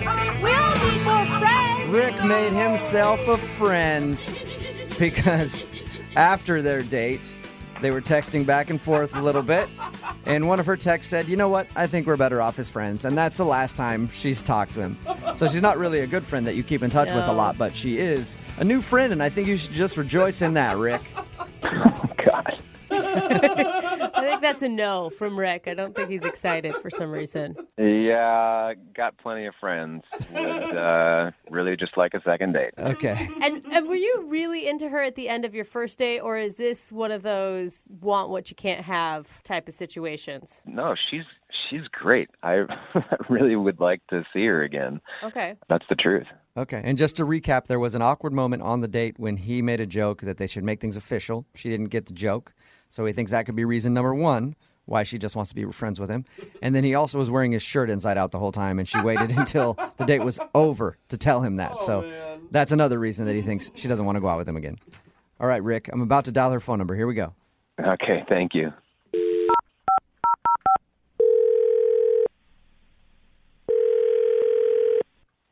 Hello. Hi, I was looking for Kelly. Yeah, hi, this is Kelly. Hey, Kelly, how are you? This is Jubal from Brooke and Jubal in the morning. Hi. You familiar with the show? The show? Oh. No, she just apparently knows another Jubal All right, from Brooke and Jubal in the morning. You sounded There's like more you of knew who it was. Brooke and Jubal in the morning. It's a radio show? This is the radio show? Yeah. I don't think it's who you thought was calling. Wrong number. No. The reason that I'm calling you is because one of our listeners actually emailed us and asked if we could get you on the phone. Okay. His name is Rick. Rick? Yeah, and Rick's kind of a friend of yours, like a new friend. You guys went out on a date together. Oh my God, Rick. Yeah. Oh my God. Is that a good? We do a segment on our show called the Second Date Update. It's where if somebody goes out on a date with somebody and then gets blown off, they email us to see if we can get that person on the phone and ask what went wrong. So Rick, He emailed you guys? yeah, and he's curious why you don't want to go out with him again. I already told him we could be friends. I don't. Yeah, he did tell us that, And but then- he's curious why he's being put in the friend zone right away because he would love to like go out on an actual date with you again. Oh my God. And you know that friend thing was a lie because according to him, you haven't texted him again after wanting to be friends. Well, yeah. So can you tell us why you don't want to go out with him again? You know, I was so hesitant to do online dating because, one, I liked meeting people the old-fashioned way, but my friends were like, no, it's so much fun, you have to do it. But they all had horror stories of how everybody lied on their profile. Yeah, I've never heard anyone say it's so much fun. Yeah. So you gave in and did it, and you met Rick. Did he lie about his profile? Is that what you're getting to? Yeah, he is the liar. Whoa. What did he lie about? Did he look different? No, he looked exactly like his photos. Okay. So that was Good. nice. That's he good, looked, at least. he represented himself the same in the photos. Okay. It was like everything else in the profile kind of seemed like a lie. So was he like an entrepreneur, but it turns out he lives in his mom's basement or something? Kind of similar. I'm a very active person, and what really drew me to his profile was his interests. He said he loved hiking, he loved rock climbing, snowboarding, and photography. Yeah. And these are all things I am very passionate about. So I was hoping to meet somebody where we had similar interests that we could do these things together. Right. That's a pretty sexy profile, I'm not going to lie. I would be turned on by those things too. Yeah. And when the conversation happened and I would bring up, like I talked about going snowboarding once a year with my family and something I look forward to every year. And I take my snowboarding very seriously. And he had nothing to say about snowboarding. What? Well, maybe he just didn't have anything to add into the conversation. That doesn't mean he doesn't bored. Yeah. But then I brought up hiking because his profile says, I love hiking. All caps. I love hiking. All right. And I said, hey, when's the last time you went hiking? And he just threw up his hands in the air and shrugged his shoulders and said, I don't know. And you said it was in all caps on his profile that he loves hiking? All caps.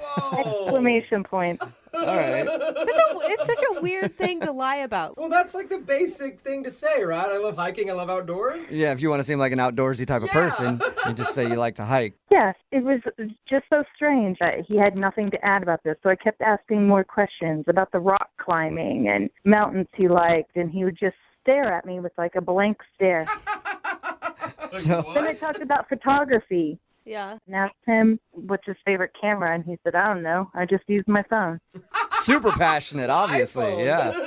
So I have no idea what's going on with his profile, if he just copied somebody else's or if he thought it was good bait to get women to respond to his profile. Yeah, to seem like adventure dude. Yeah. Yeah, I don't know. It was just so bizarre, like such a weird thing to lie about. Well, this is going to be a good experience for you, too, because he's actually on the other line listening and would like to What? talk to you about his interests. Yeah. He's actually on the other line. He's on the other line? Yeah. Hey, Kelly. Wow.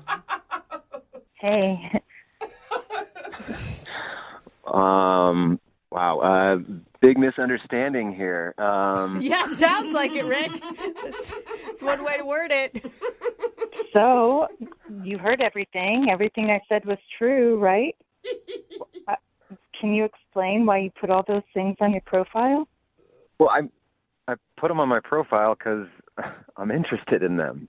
But it doesn't sound like you do any of them. Well, no, I mean, not as much as I would like to, but you know, I work 60 hours a week. I work really hard, and yeah, the last time I went hiking was well over a year ago with some friends, and I had a great time. But I don't have the opportunity to go with them every time that they go. Rick, you said you never went snowboarding. And then your profile says it's a passion of yours. I mean, I guess passion is a little strongly worded, but I don't know. I think it's really cool. Like, I watched YouTube videos and. So there you go, Kelly. He is passionate about it. He's watching YouTube videos of snowboarding. See what I mean? He's a liar. Rick, I can't believe that this is the first time this has been an issue for you in all of your online dating experience. Like, no one else has brought up the fact that you say you love snowboarding and have never actually gone? Well, no, because most girls are just interested in talking about themselves. You know, Rick, I'm not like that. I enjoy talking to the other person. I enjoy getting to know somebody else. So I think you owe it to other women you're going to be dating to represent yourself accurately. I think you should change your profile. Whoa. That you like Netflix. Yeah, there you go, Rick. I'm passionate about watching snowboarding on YouTube. That would be a better way to put it. But I'm not going to change my profile. I said that I love snowboarding because I love snowboarding and I love hiking. Yeah, I don't go every day or every week, but every time I've done it, I really enjoy it. So yeah, it's an interest. I'm not gonna say on my profile that I'm interested in algebra, which is what I do every day. I mean, like, come on. See, but I think you're not giving people a chance to get to know the real Rick. I mean, I understand that there's a lot of pressure when you fill out those dating profiles to sound like a really cool person, and sometimes when you put yourself on paper, you realize how boring you are. But there's got to be something that you're passionate about that other people are passionate about too. Does being passionate about something mean that you have to do it? Like, well, generally, yes. Really. I think so. Yeah, not really at all. Like, Rick, at least you should try it once if you're passionate about it. You can't say you're passionate about it and have never done it. Okay. You come off a liar. Okay, Kelly, I think, I get what you're saying, but I think that calling me a liar is a little harsh, don't you think? I mean, yeah, okay, maybe I do need to try something before I say that I'm passionate about it. I mean, maybe you could take me snowboarding. I would love that. Hey, there you go. Kelly, would you like to go out on a second date with Rick? We will pay for it. Not the snowboarding, that's expensive, but we'll pay for you guys to go out and maybe set up a snowboarding date. You know, I'm a little hesitant because he lied, but I'm also very interested to see him on a snowboard. Oh my God. All right. So is that a yes? You will take Rick to experience his passion for the first time ever. And you guys are paying for this. We'll talk about the snowboarding thing, but we'll get you out there. In that case, I would be honored. Oh, my God. Rick is going to hate it. The first day of snowboarding is like the worst day of your life. You will never have a more hurt butt ever. No, this is going to be awesome. I'm really looking forward to getting out there and discovering more about my passion. Brooke and Jubal in the morning. I think everybody who does online dating learned a very valuable lesson today from the second date update, and that is lie on your profile as much as you want, because it doesn't matter. You'll get another date anyway. If you missed it, Rick wanted to call a girl named Kelly. They went out on a date. They met online. It turns out that the reason she didn't want to go out with him again was because all of the things that he listed as interests on his profile, he didn't know anything about. Not at all. He said that snowboarding was a passion of his, and he's never even been snowboarding. He's just seen videos on YouTube and thought he could list that as a passion. So she's like, he lied about everything. And I like when we called him, or when she had confronted him, he stuck to it. Yeah. Like, he didn't just say, you're right, I made it up to meet chicks. Yeah. He said, no. It's still a passion of mine. I don't have to do it to love it. Yeah, you can still watch it and enjoy it. Anyway, they did decide to go out again, and maybe she can take him snowboarding someday. Yeah. So we'll see how that one goes. Remember, if you want to do a second date update, all you have to do is email the show, and we will call the person who didn't call you back. Hello. It's always awkward when you're out on a date, and then somebody from your past shows up. Oh, my gosh, yes. One time I was out on a date, and then my old imaginary friend from high school showed up, Spaghetti Larry. And then Spaghetti Larry started hitting on my date, and he and I got into an argument. And before I know it, my date's running out of the place, and Spaghetti Larry and I are in a fist fight. And then I end up in handcuffs, stateless at the end of the evening. Damn it, Larry! Spaghetti Larry always ruins everything. That guy. And Kyle, who's on the phone to do a second date update right now, ended up running into somebody from his past while he was out on a date. Not sure if it was his imaginary friend or somebody else, but Kyle, who did you run into when you were out on your date? I bumped into my ex. Oh, I was really going to hope you were saying like your ex-teacher or your ex-boss. That's worse than getting into a fist fight with your imaginary friend on a first date. So tell us, before you get into running into your ex, where'd you meet the girl that you went out with?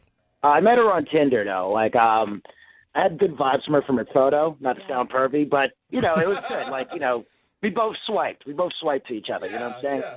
So we met up for a couple of drinks at this local bar, and this girl, Megan, she's great, beautiful. We were vibing, so then I went to the bar to get some drinks, And then right there, lo and behold, I saw my ex, Kathy, who I just broke up with, like, a month ago. So it's still fresh. Yeah. I thought this was like an old ex. Yeah. And did you guys leave things on good terms, or was this a bad breakup? Yeah, it was pretty messy. Like, she's been stalking me. She's been talking to my friends. She's been calling my parents, seeing, like, how I'm doing. And I've blocked her from my phone. I've blocked her off Facebook. And she's still, like, trying to get in my life through other people. And it's just, like, I'm just trying to just cut her off. And I don't know. That's what kind of annoyed me when I saw it at my favorite bar. I'm like, this is my bar. Like, I brought you here the first time, like, we dated. Like, why are you here again? Like, yeah. That's what happens in breakups. Somebody always gets the bar. Yeah. Right. And so this was your bar, and she was there probably waiting for you, it sounds like. Yeah, she probably was. Whoa. So she's all drunk. She comes over to me and just starts, like, bawling and, like, hugging me and saying, like, we could still make it right and all this and that. And I'm just like, dude, I'm in a date right now. Stop. It was very excruciating. Did the girl that you were out on a date with see her talking to you? Yeah. I have no idea, because I brought her to the back because she was starting to make a scene and everyone was looking. So I was like, all right, let's just talk in the back, Oh, man. Did you get her to leave after you guys went to the back? I finally calmed her down and I got her out. How long did this go on? How long was Megan sitting there while you're in the back trying to calm down your ex-girlfriend who's in tears? I was trying to just get her out, like, as soon as possible, but I don't know. It almost became like half an hour. Like 15, 20 minutes. Yeah. Was she still waiting for you at the table when you got back? That's the thing. Like, when I went back, she was gone. Yeah. No. If you see your date go into the back with another woman, chances are you should probably leave. Yeah, and that's what pissed me off, because, like, I didn't get a chance to explain the situation. So I actually texted her, right? And I was like, hey, where you at? And she texted me back, nice try. I don't play like that. Oh, no. Okay. So she definitely saw you go back there with your ex. Probably doesn't even know the whole situation and thought something else was going on. Yeah, she probably thought I was macking on some other chick when I was trying to get a drink, and she probably thought, oh, I'm a player. Like, I'd probably think the same way, Yeah, definitely. I would think the same thing if that happened to me. Was that the last thing you heard from her, just that text, or did you guys talk more? That was it. Like, I texted her, let me explain, but just a wall of silence. Yeah, I don't blame. I mean, there's so many red flags there. Even if you weren't hitting on another person, like, there's a crazy ex involved. Even then, that explanation. Yeah. I mean, baggage. Are you ready to date? Yeah, I've been ready to date for the past 6 months since I was dating Kathy. Okay, she's a psychopath, and like, I that's why I'm calling you guys, because like, I want to move on, and Megan's awesome, and I just want a second chance, because like, I get it, it's a first impression, but like, that's not me. Yeah. Okay, well, we'll play a song, come back, call her, and get your second date update, all right? Awesome. Thank you, man. Yeah, man. Hang on. Moving 92.5. Brooke and Jubal in the mornings. Second date update. Right in the middle of a second date update, and if you're just joining us, Kyle is on the phone, and Kyle basically went on a first date with his ex-girlfriend. Because kind of. He ended up spending more time with her than he did with the girl that he actually was out with. He met a girl off of Tinder. Her name is Megan. They went out to his favorite bar, and who was there? His ex-girlfriend. When he walked to go get some drinks, his ex approached him in tears, and then he had to pull her to the back of the bar and have like a half an hour conversation. During that time, Megan, the girl that he was out with, left and hasn't talked to him since, other than a text message that just said, I don't play like that. Oh, man. So we're assuming she saw him talking to his ex and doesn't know the full story. He at least wants to get her on the phone and tell her, hey, that was my ex-girlfriend. That doesn't mean anything. All right, Kyle, are you ready? Yeah, let's go. Kyle, this is going to be a really hard sell to get her to go out with you again. Hey, I'm the victim in all of this, okay? Like, I didn't get a chance to explain what happened. It's not my fault. This is a circumstance that happened beyond my control, and I feel like I deserve another chance because, like, my ex scared her away from me than me. At least have me alienate you, not my ex, you know? If I'm going to screw this date up, I want it to be on my own terms, not my ex-girlfriend's terms. Right. Okay, I'm dialing her phone number right now. Here we go.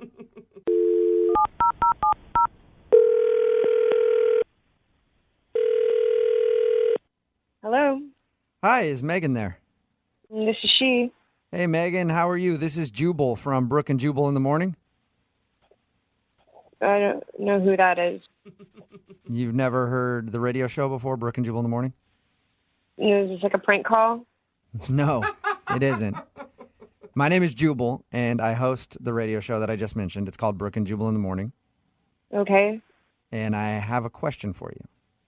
Look, is this going to take a really long time? No, it won't take a long time. It's actually about somebody that you know. All right, so what? And the guy that wanted us to call you today, his name is Kyle. Do you remember going out with? No, I'm not doing that. I'm not. I You're don't not. want anything to do with him. Yeah. You don't have to have anything to do with him, but we just want to know why you're not calling him back. He said that you left your date early, and then all he heard from you was a text message that said you don't play like that. So Yeah, no, no. I got nothing for him. I got nothing for you. I got nothing. can you at least give us a little bit so we can tell him what the problem is? I mean, he should know what the problem is. We were there 15 minutes, and he went off to, like, have a private huddle with some drunk girl in the corner. And so I thought, okay, she's easy pickings because she's already wasted. I don't even know what. And so I'm like, I'm out of here. F all this, you know. And I go outside, and she follows me outside. What? This hysterical mess of mascara follows me outside, reeking of tequila. Oh my gosh. And angry. And she's like, "You can't have him. He doesn't want you." She proceeds to tell me that they slept together the night before. Oh, boy. And that he was still in love with her, and she was a mess. Okay. I was going to say, when you started talking about the girl crying, I was like, going to explain the story that was his ex-girlfriend, but apparently you already know all of that. Oh, no, I know everything about the relationship. I know that he cheated on her 3 months in. What? I know. Oh, yeah. Oh, I know they had a pregnancy scare. Whoa. I know every. Oh, yeah. How do you know all this? This girl got deep. She got deep, dude. She got deep in a short amount of time, and because she comes out. Okay, here's the deal. She comes out all combative, and I'm like, you keep him. You can have him. I don't want him. I was like, this is a first date, and it sort of felt like, if I'm being honest, it sort of felt like I was used as a pawn in their relationship drama. What? Oh, wait. Wait, hold on. Like he took you to that bar knowing that she was there, so she would see it?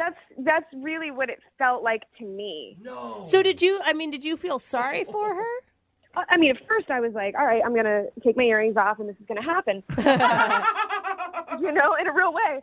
And then she was just so broken and defeated and I started consoling her because she was sick with grief. Yeah. And now we're Facebook friends, I guess. What? Now you're Facebook friends with his crazy ex? I guess, man. She asked me my name, and like 2 seconds later, when I finally get an Uber, it's like, you have a friend request. And it's like, wow. Okay. How long were you talking to her?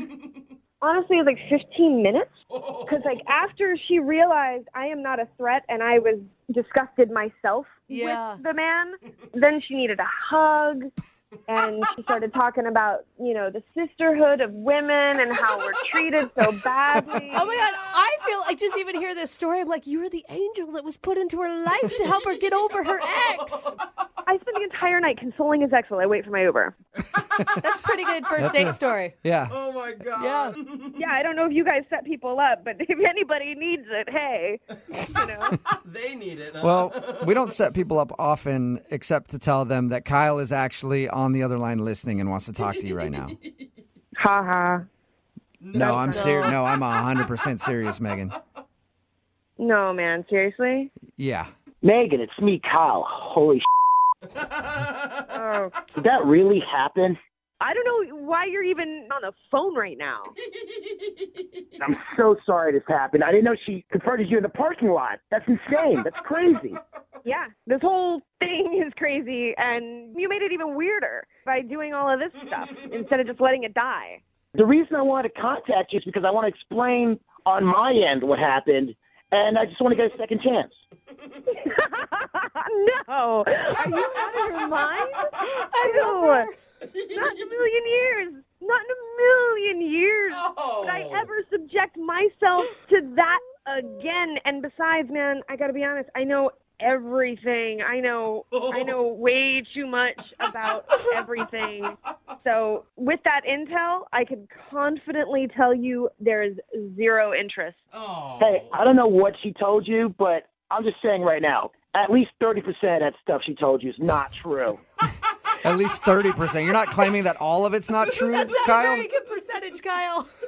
Well, I mean, dude, she's a liar, but I don't know. Sometimes she says, like, some truthful stuff, but she's messed up in the head. So, I mean, I would not take what she says. You guys are perfect for each other. You guys, honestly, could not be more perfect for one another. So I am out. I'm out. Peace out. Well, don't say it yet, Megan. I haven't even asked you yet. Would you like to go out on a second date with Kyle? We will pay for it. Come on. Free date. I know, but hell no would I want to go out with Kyle again. I think that Megan may be the smartest woman we ever had on a second date. Thank you. If you get women that actually say yes to this, then there's a big problem with us females. Come on. It's just been a whole big misunderstanding. I got screwed because my ex was at a bar. Like, it was just a weird situation. It was like a weird... I had nothing to do with that. Like, I'm a nice guy. We were vibing a lot. Yeah, no, we were vibing at the beginning, and then I spent more time vibing with your ex-girlfriend over what douche you are. I mean, Kyle, you've got to just give it up. Imagine if the tables were turned and it was her ex-boyfriend at the bar and this scene went down. I would totally understand. I would totally understand. You're such a liar. Easy to say. Yeah, right. Well, Megan, thank you for being honest with us and telling us what happened. Yeah, no problem. And better luck in the future on your dating life, okay? God willing. Brooke and Jubal in the Brooke and Jubal's second date update. You know, a lot of times when we do second date updates, the person on the phone has waited like a week or 2 weeks or 3 weeks or a month or even years sometimes before contacting us to get their date on the phone. Well, today's second dater is a little different. Oh, why's that? They've waited extra long. 10 years? 2 days. Oh, whoa. 2 days. Slow your roll, man. They say they need to get this person on the phone and find out why they're not calling them back. I think that's a little premature, but let's talk to him. Brad, what's up? Hey, guys. Thank you so much for listening to me. Yeah. All right, so Brad, jumping the gun a little bit after only 2 days, huh? Yeah, I guess so. I mean, I know it sounds a little bit crazy, but it was just weird how things ended up going down, and I'm afraid if I wait longer than 2 days, I might really lose her, and I don't want to do that. Yeah, why not? Hey, you know what? Should have done it right after the date, in my opinion. You waited seriously should have called us on the way home from the date and see if we could have done a second date update right there. I would have. What's her name? Her name's Monica. Monica, and where did you meet Monica at? We met at a mutual friend's house party. We were on the same flip cup team, so Oh. that's kind of how I got to know her. How did you ask her out? I didn't ask her out. We just played a couple rounds of flip cup, and then we were hanging out. We were talking, and she actually asked me. She's like, "I don't live too far from here. Would you mind walking me home?" And I was like, "Absolutely." So I thought things were going pretty good. So wait, so Brad, is this the date? I mean, your date is you guys got drunk together at a house party. I mean, which is fine, but you drank together at a house party and then you walked her home? Essentially, yes. Oh, okay. And why do you think she's not calling you back after that? And why do you think she should call you back after that? Doesn't sound like that awesome of a date. Yeah. Well, we were walking home, and we were both decently drunk, and we decided to stop into a convenience store for some snacks, right? So we go in there, and it was really funny. We started playing, like, tag in between the aisles and going around and playing with different stuff. And I guess it was the alcohol in me. I don't usually do this, but, like, I grabbed one of these big, like, suckers, like the lollipops, and I was like, in a baby voice, I was like, would baby like a Wowie Pop? No, it sounds so stupid when I actually say it to normal people. You know what I mean? Yeah. It could be funny. It could be funny in the moment. Yeah, that's exactly how I feel, and I think that's how she received it, because she responded to me. She was like, no, baby would not like a lollipop. You guys are walking around with lollipops. Yeah. So I figured, she was okay with that. So we just kind of kept playing, and we just started hooking up right there. Whoa, all right. Was that filled with baby talk too? Yeah, there might have been. There was more drinking involved, so there definitely might have been more baby talk. Oh Wonderful. my gosh. I mean, it's okay if it's coming from both parties, I feel like, but it's not okay if it's just coming from you consistently, Brad. Exactly. I agree with that. And she was definitely reiterating some things, but she wasn't. There was definitely baby talk on both parts. Let's put it that way. Okay. All right. Okay. What happened the next morning then? I'm almost 30, so this is not new for me. Like, I've woken up in people's apartments before, so I wasn't necessarily out of my comfort element. But I rolled over to her and I tried to continue to the joke from the night prior, and I was like, "How's my little baby feeling?" Oh, I know. that could be a big turn off. I mean, Yeah. when you're drunk the night before, but when you're sober and the reality of everything is setting in, that is quite the statement to wake up to, sir. How did Widow Baby react? How did Widow Baby react? She goes, she says to me, no joke, she goes, "Widow baby is very tired." Oh, you guys are Okay. still big babies, or little babies, or whatever you are. Once again, she's reiterating, clearly it's not weird. So I was like, all right, let me get up. I felt comfortable there. So I got up and started to, figure out breakfast and, what we were going to do. I thought we were going to, it was a continuation of our quote-unquote date. You know what I mean? Did she kick you out? Did she ask you to leave? No, she told me about a breakfast spot on the corner that she really liked the food from there. I was like, all right, let me run out, get some orange juice, get some breakfast stuff. So I grabbed all my things, and I left, and I came back, and the door was locked, and she was not answering. What? What? She locked Yes. you out of the house? Yes, this is after, no problem in the morning. I left, no response. Dude, that is cold-hearted, man. That's random. Exactly. So that's why I feel so weird, and I don't know what happened. And I was able to, touch base with a bunch of people from that party, and I was finally able to get her phone number, and she will not pick up calls either. Okay, wait, hold on. What were you doing at her door? Were you yelling? Were you pounding on the door? Did you just knock once? What happened? I started off by ringing the doorbell once, and then a couple times, and then I started calling for her. I don't know if she could hear me or not. Oh my Okay. God. Well, you know what? That makes sense to me why 2 days would go by and you want to get a hold of her. Because, that's obviously a weird way to give somebody the brush off, just to lock them out of your house. Yes, I feel so uncomfortable because of it. Do you think there's any chance she just passed out again or something? I mean, she locks the door, so I don't think so. All right. Well, we'll play a song, come back, call her, and get your second date update, all right? Thank you, guys. Yeah, man. Hold on. Moving 92.5. Brooke and Jubal in the mornings. Second date update. We're about to do a second date update between two babies. It's really a first on the show. Not real babies, adult babies. Drunken adult babies, as a matter of fact. If you missed the first part of today's second date update, Brad is on the phone and he wants to call Monica. They met at a friend's party, hung out, got pretty drunk, and baby talked the whole night. They ended up going back to her place and hooking up, and then baby talked a little bit in the morning before he left to go get some food. And then when he came back, the door was locked. She had locked him out, and it's been 2 days since he's heard from her, but he can't wait. He's got to do a second date update and find out why he was locked out of the house. All right, Brad, you ready to go? I'm ready to go, man. I feel bad for you, Brad, because I keep trying to think of positive scenarios, like she passed out or she got sick or, reason she could have locked the door, but still none of them circle back around to why she's not answering your phone calls. Yeah. I don't think she wants anything to do with you.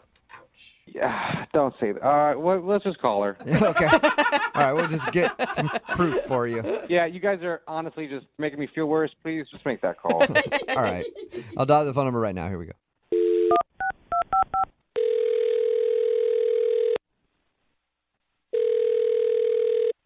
Hello? Hi, may I speak to Monica? This is Monica. Who's this? Hey, Monica. How are you? This is Jubal from Brooke and Jubal in the morning. Who? Jubal from Brooke and Jubal in the morning. Okay. Who are you? He gets asked that Thank a you. lot. Yeah, a lot of people ask that question. Wait, is there somebody else there? Yeah, there's 2 other people here, as a matter of fact. There's 3 of us on the phone right now. What is going on? Well, it's a radio show called Brooke and Jubal in the Morning. Okay. And we do a segment on our show called the Second Date Update. All right. And what that is it's where if you go out with someone on a date and then end up not talking to them after, they email us to see if we can get you on the phone and find out why. Okay. Okay? So Weird, right? It's a little weird. yeah, it's a little strange. A little weird, but all right. And what does this have to do with me? This has to do with you because you hung out with a dude named Brad the other day. Oh, this is about him? Ooh. You say him with such disdain. Yeah, I'm not very happy with him. Okay. Can you tell us why? Because he's a son of a that's why. Whoa. Okay, we went to 0 to 60 real Yeah. quick there. And I don't know his mother, so let's please keep her out of this. Good point, Jubal. I'm just talking about the way he acted around me. Really? Wow. Yeah. I don't know. When we talked to him, he only had nice things to say about you. Really? Because he kind of stood me up. Stood you up? Yeah. How did he stand you up? You locked him out. He said, what? What? No. Hey, I'm just a messenger. We had what I thought was this really nice night together. And then he goes out for breakfast. And I'm putting breakfast in air quotes. You can't see me. Okay. Because he never came back. What do you mean? He said that you locked him out of the house, and he couldn't get back. Well, he's freaking lying to you because he never came back. What? He's like, oh, I'll get you orange juice. Oh, I'll get you your special cheese sandwich that you like. And, he's gone. And I was waiting there for, hours, and he never showed up. What? Monica, I was at your door the entire time. Who is... Monica, that's Brad. He's on the other line and wants to talk to you. Wait, he's been listening to me? Yeah, I have. I've heard everything you said, and I was standing at your door the entire time. Why would I just leave like that? Why would you lie like that? I didn't lie like that. I went out. I went to this place that you told me to go to. I got us both breakfast, exactly what you wanted. I came back, and it was locked. You locked me out.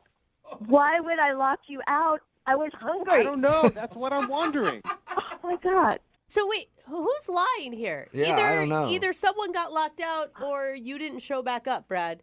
He's the one that's lying. No, she's lying right now. What? No. It's just so confusing. I cannot believe this. So wait, Monica, if he's the one that's lying... Wait. Now I'm confusing See, myself. yeah, everybody's confused. Okay, wait. Hold on. Well, my question is, why didn't you answer any of his phone calls if you actually wanted to see him again? He didn't text me until a day later. What, you don't come back? You just ditch somebody, and then a day later you're like, hey, Monica. No. That was a little awkward. You locked me out. I didn't think you wanted to talk to me. I was really trying to save whatever little bit of hope I had left. This makes no sense. Why? You're telling me. I would think one of you is lying, but you're both so passionate. Adamant. One of you is a really good liar. That's all I have to say. I mean, I'm not lying. I'm not lying. I know for sure that I stood outside your door. And where were you? Exactly the same door that I left from. What number did you go to? I went to your number. 111. Yeah, I wrote it down in my phone. It's right here. I'm going to pull it up. Hold on. Brad? Hey, Brad. Hello? Did you go away? Are you there? Left again. What? Yeah, I guess I wrote down. What did you say the number was? Uh-oh. 111. Yeah, I wrote down the wrong number. Oh, Brad. That's the most epic Oh, fail. man. Got to the bottom of it. After all that. So Brad, you were at somebody else's door emphatically ringing it in the morning? Yeah, with breakfast, yeah. Yeah, man, that would have been the best morning for them if they would have just answered the door. How embarrassing. Oh, and how sad for you, Monica. This whole time you thought that he was just standing you up. Oh, my God. No wonder the door was locked. I am so sorry, Monica. Dude, what if the door hadn't been locked and he just walked into somebody else's apartment? I feel like such an idiot. I can't believe that I got all worked up and it was my fault. Now we're on the radio. This is crazy. I honestly thought you ditched me. I'm sorry. Yeah, too. I never would have done that, and I can totally see where you're coming from. You must have been so hungry. Well, Monica, if you're still hungry, would you like to go on a second date with Brad? We will pay for it. Yeah, that would be fun. Oh my God, this is the cutest. I'm glad it was that simple. This is such a huge relief. Thank you. I'm sorry. I won't let you down the second time. I'll make sure that I notate everything correctly. I am so sorry, and thank you for the opportunity. I really am thankful. Well, it's okay. I'll just check your phone next time. Okay. Yeah. Wherever the place is, Monica's just going to get the address and drive you there, okay? Yeah, good idea. Guys, thank you so much. I really appreciate you taking the time to help me out. Monica, I'm really looking forward to this. Baby's looking forward to this, too. Oh, boy. Cute. Oh, creepy. Baby's going to be in a wad of trouble next time. Oh, I can't hear any more of this. I think it's illegal to air any more of this. It's inappropriate. Brooke and Jubal in the morning. Text in at 78592 that says, I just threw up all over my car. Stop the baby talk. Oh, yeah, that was okay. Really bad. Talking about today's second date update, Brad wanted to call Monica. They met at a friend's party, ended up hanging out, getting kind of drunk, doing a lot of baby talk, they said. That was like their thing that night. And then they ended up hooking up. And in the morning, he went to go get some food, came back, and the door was locked. She had locked him out.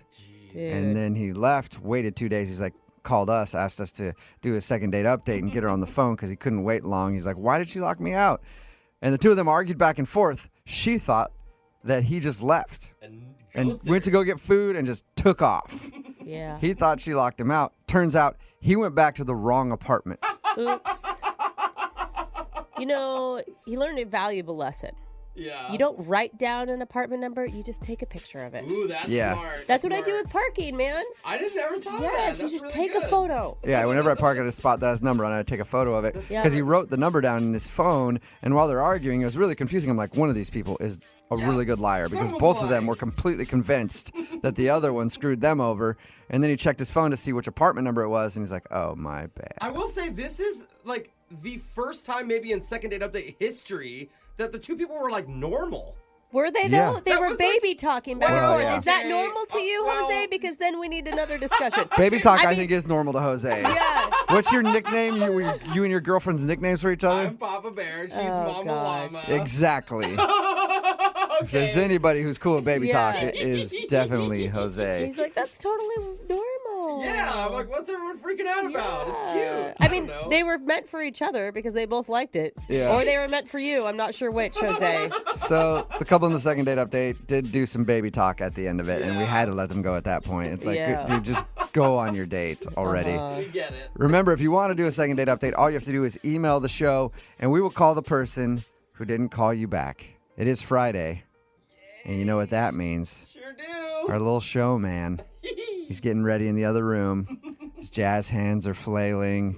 He's thinking about putting on a sequin top, trying to get the lighting right. Yes. Dancing showtime. around. He's getting ready, he's jumping up and down, ready to bust in the studio door. Yeah. We've said it on the show a lot of times. A good way to meet somebody is to have a dog, especially for guys if you want to meet a girl. It always sparks conversation. They're cute. There's dog parks that you can go to where you can meet people and it can turn into a date. That's exactly what happened with the girl Lisa who's on the phone right now. Your email said that you met a guy at the dog park, right?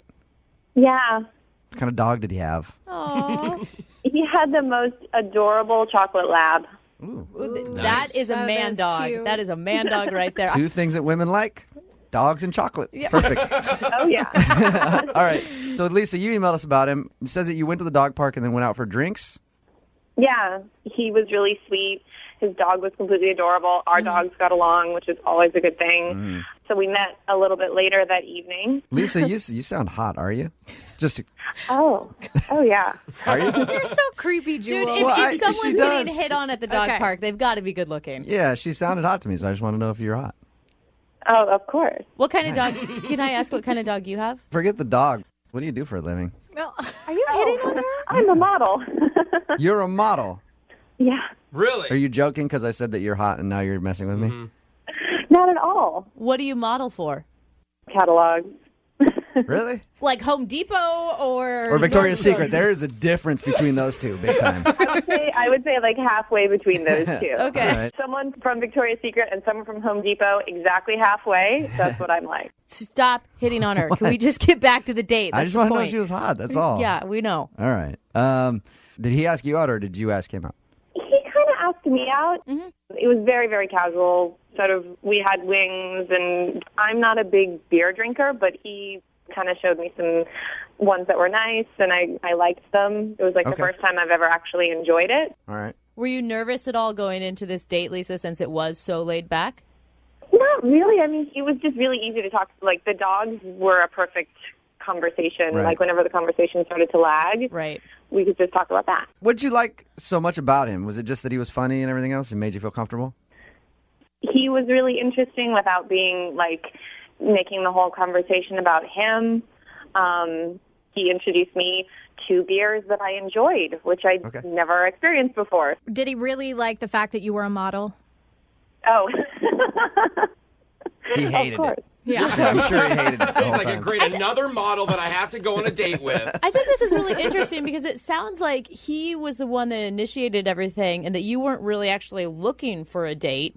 And then suddenly you're left with a guy who isn't calling you back. Do you know what happened? Like, is there anything that you can think of?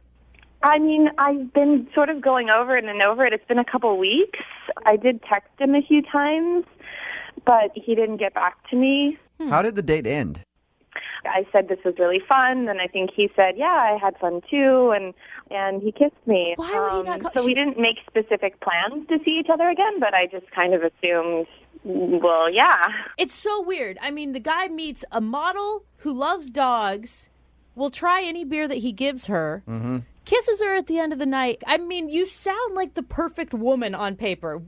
What did you do wrong? What happened, That's what Lisa? I can't figure out. You have no idea on that date what could have happened. I mean, as far as I understood, it was totally fine. Maybe I was laughing too hard at his jokes, or yeah, that's Maybe that's it. Yeah, I thought he was too fabulous. Honestly, maybe he got scared because if you're that attractive and that cool, he might have been like, "Oh, dude, maybe she's a little too good for me." I mean, some guys are not that confident, you know. You sound like marriage material. Like, lock that down. All right, Lisa, we're gonna play a song. Come right back, then call him and get your second date update. Okay? Okay. Moving 92.5. Brooke and Jubal in the mornings. Second date update. I'm really excited to hear the second part of this second date update. Because let's recap real quick. Lisa's on the phone with us. Lisa is a model who likes to go out and drink beer. She loves dogs. She met this dude at a dog park, went on a date, ended up kissing him at the end of the date. Lisa, Yeah. are you the perfect woman? Oh, no. No. She's humble, remember? Oh, That's so what she the really perfect is. woman And, has. and she's humble. Wow. Just know, Lisa, that if it doesn't work out, you've got two backups in this room. Oh, yeah. Jubal and Jose are ready to take you out. And about every other male listener that we Yeah. have listening. and a couple of girls. Let's not lie. We're going to be able to find you a date no matter what. All right, hang on, okay? I'm going to call him right now. Feel free to jump in whenever you want, okay? Okay.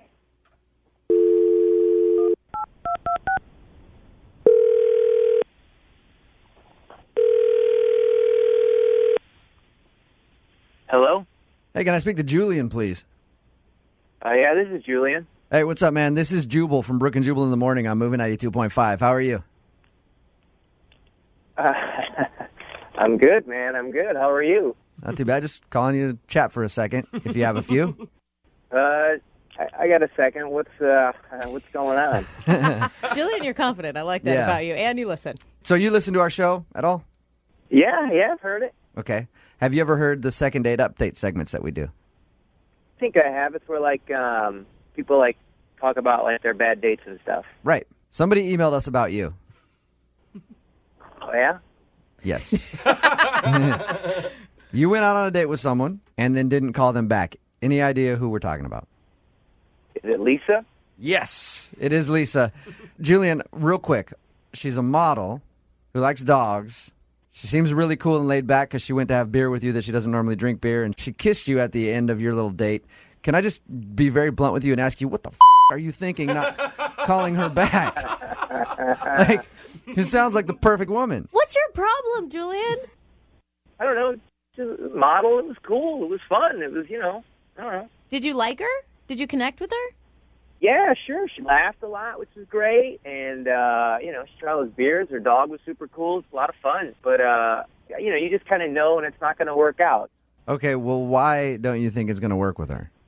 You know how you get that vibe, you connect or not. But, I think it just isn't going to work out between us. So if you could just pass that along to her, and tell her what's up, that'd be great. I feel like you're holding back. Julian, there's usually something you can pinpoint, though, where you're like, all right, like she's kind of a bore or whatever. What is the reason that you don't want to get a second date with her? I'm just going to say this. I'm not a jerk.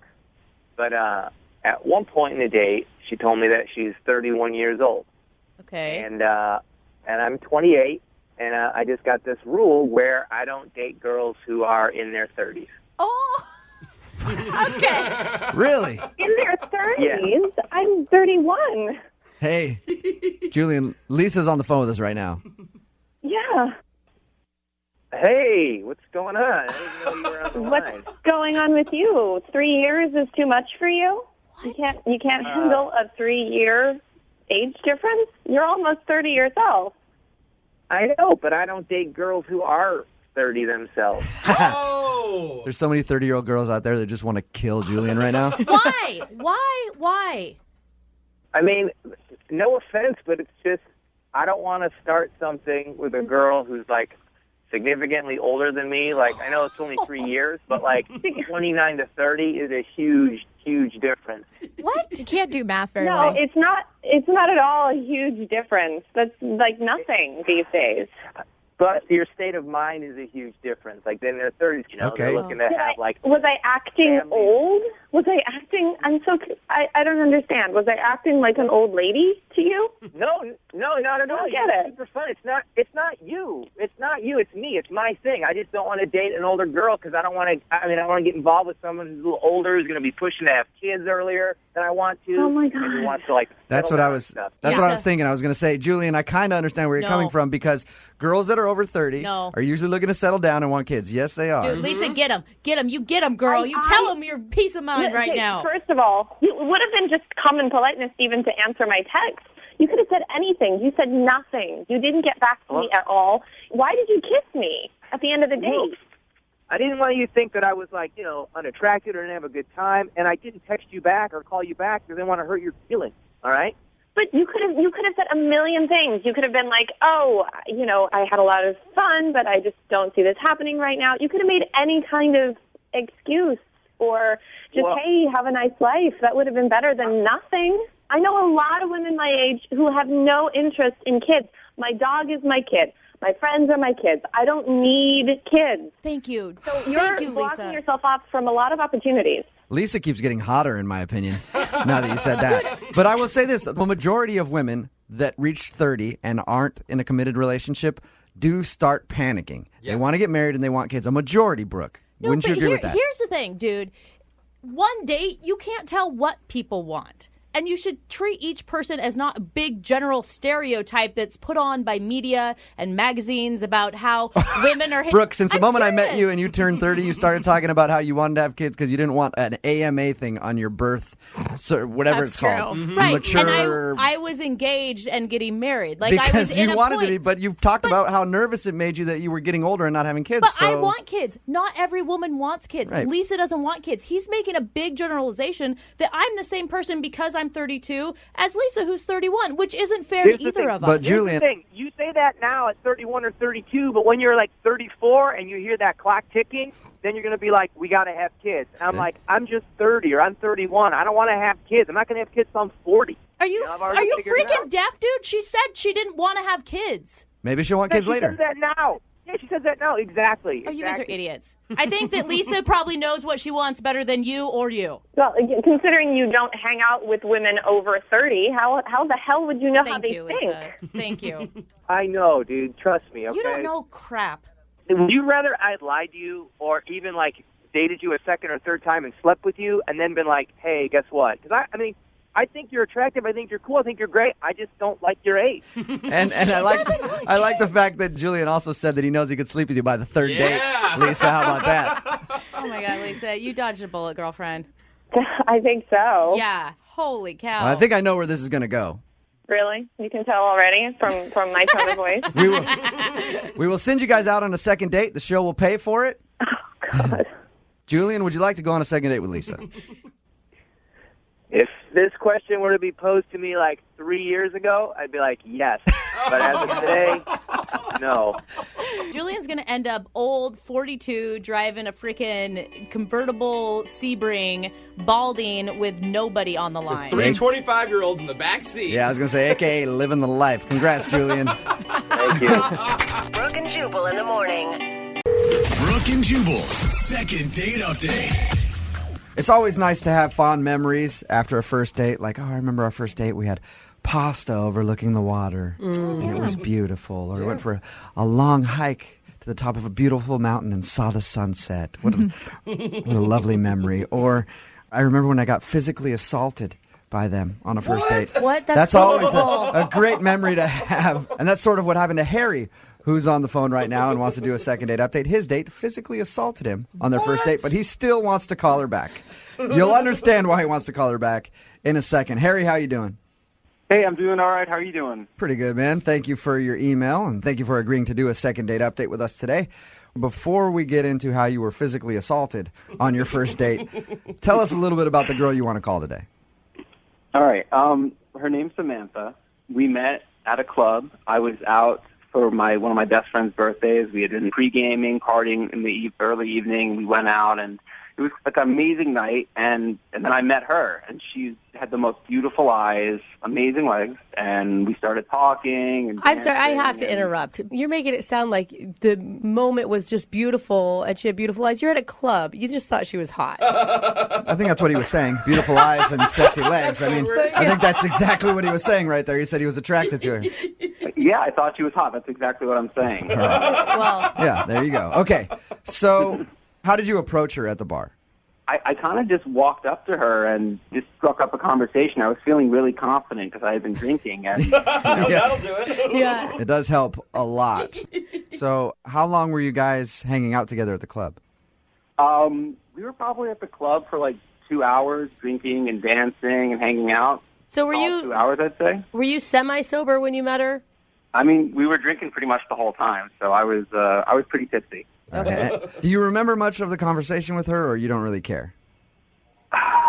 At the time, it seemed like we were having such a brilliant conversation, but I couldn't tell you exactly what we were talking about. I've had many of those. Yeah, that's what always happens. You're like, oh, man, we were breaking down everything. And then somebody shows you a video and you're drunk. You're like, oh, I had no idea what I was talking about. All right, so how did the rest of the evening go with her?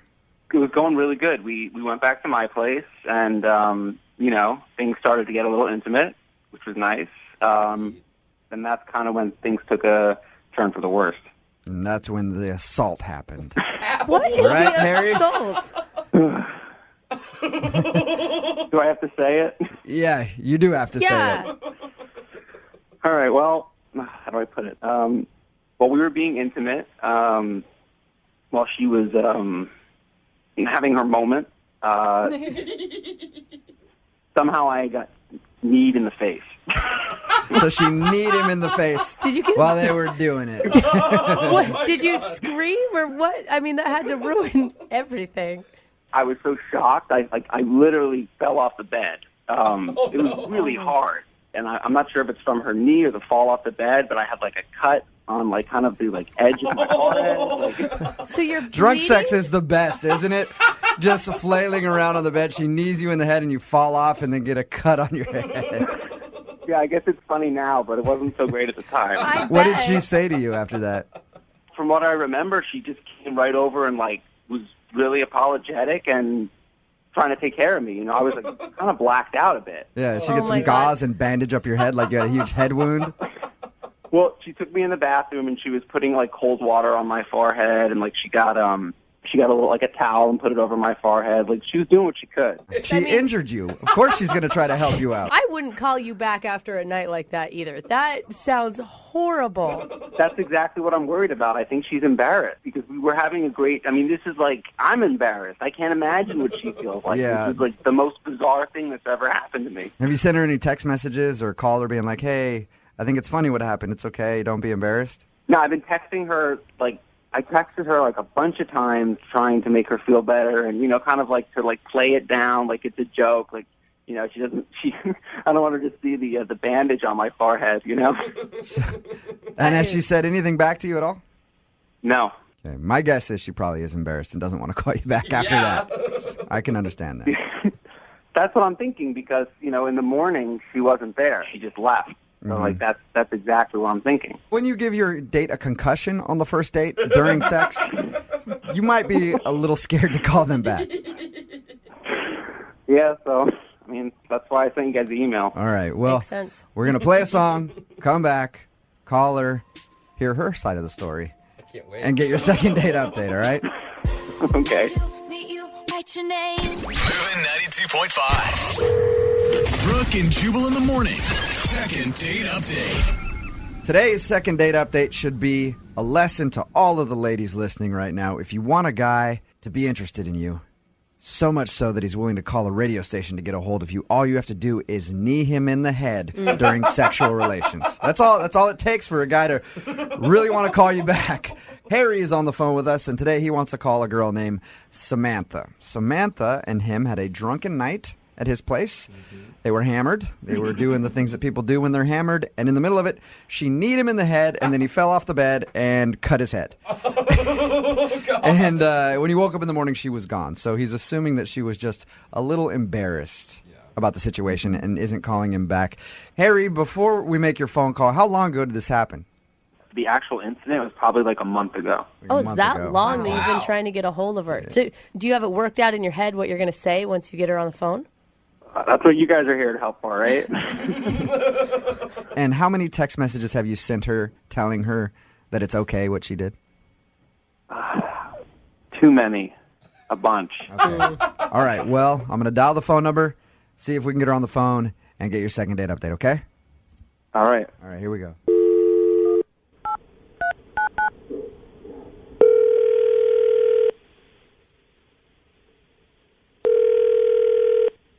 Hello?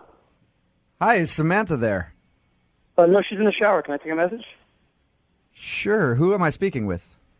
This is and is this stuff office? Maybe.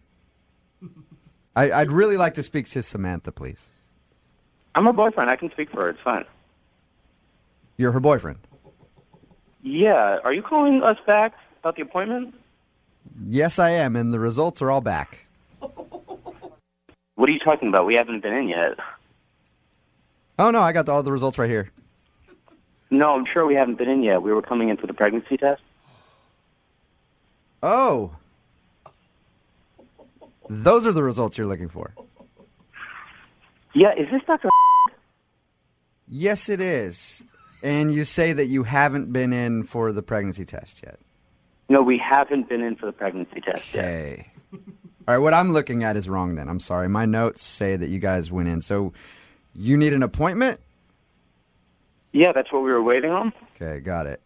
Cool. Well, I should talk to her about this. I mean, she's in the shower, but I guess you could call back. All right, I'll do that. How about that? I'll check my notes because obviously something I got is screwed up. It says that you've already been in and you haven't, so I'll check my notes and then I'll give her a call, okay? All right. Thanks so much. Yeah, thank you. What was your name again? Oh, I'm Kevin. Kevin, looking forward to seeing you. All right. Thank you. Yep, bye-bye. Oh, wow. Is that a joke? Harry? I don't even know what to say. What the Oh, my God. I hope you don't mind me letting that guy go. I felt like That's I not- felt like I shouldn't have revealed to him that this was a big thing. Oh my god. So there's that. Yeah, I felt like This is as soon as he started talking about doctor's office, I was just screwing with him, and then as soon as he said the pregnant thing, I was like, I can't do it, man. Yeah, that's intense, man.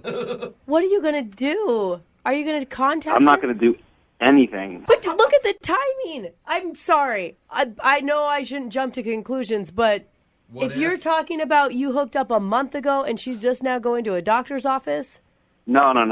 We use protection, definitely. Sometimes it can fail, you know. that's not 100%. I just can't believe that happened. Yeah. Dude.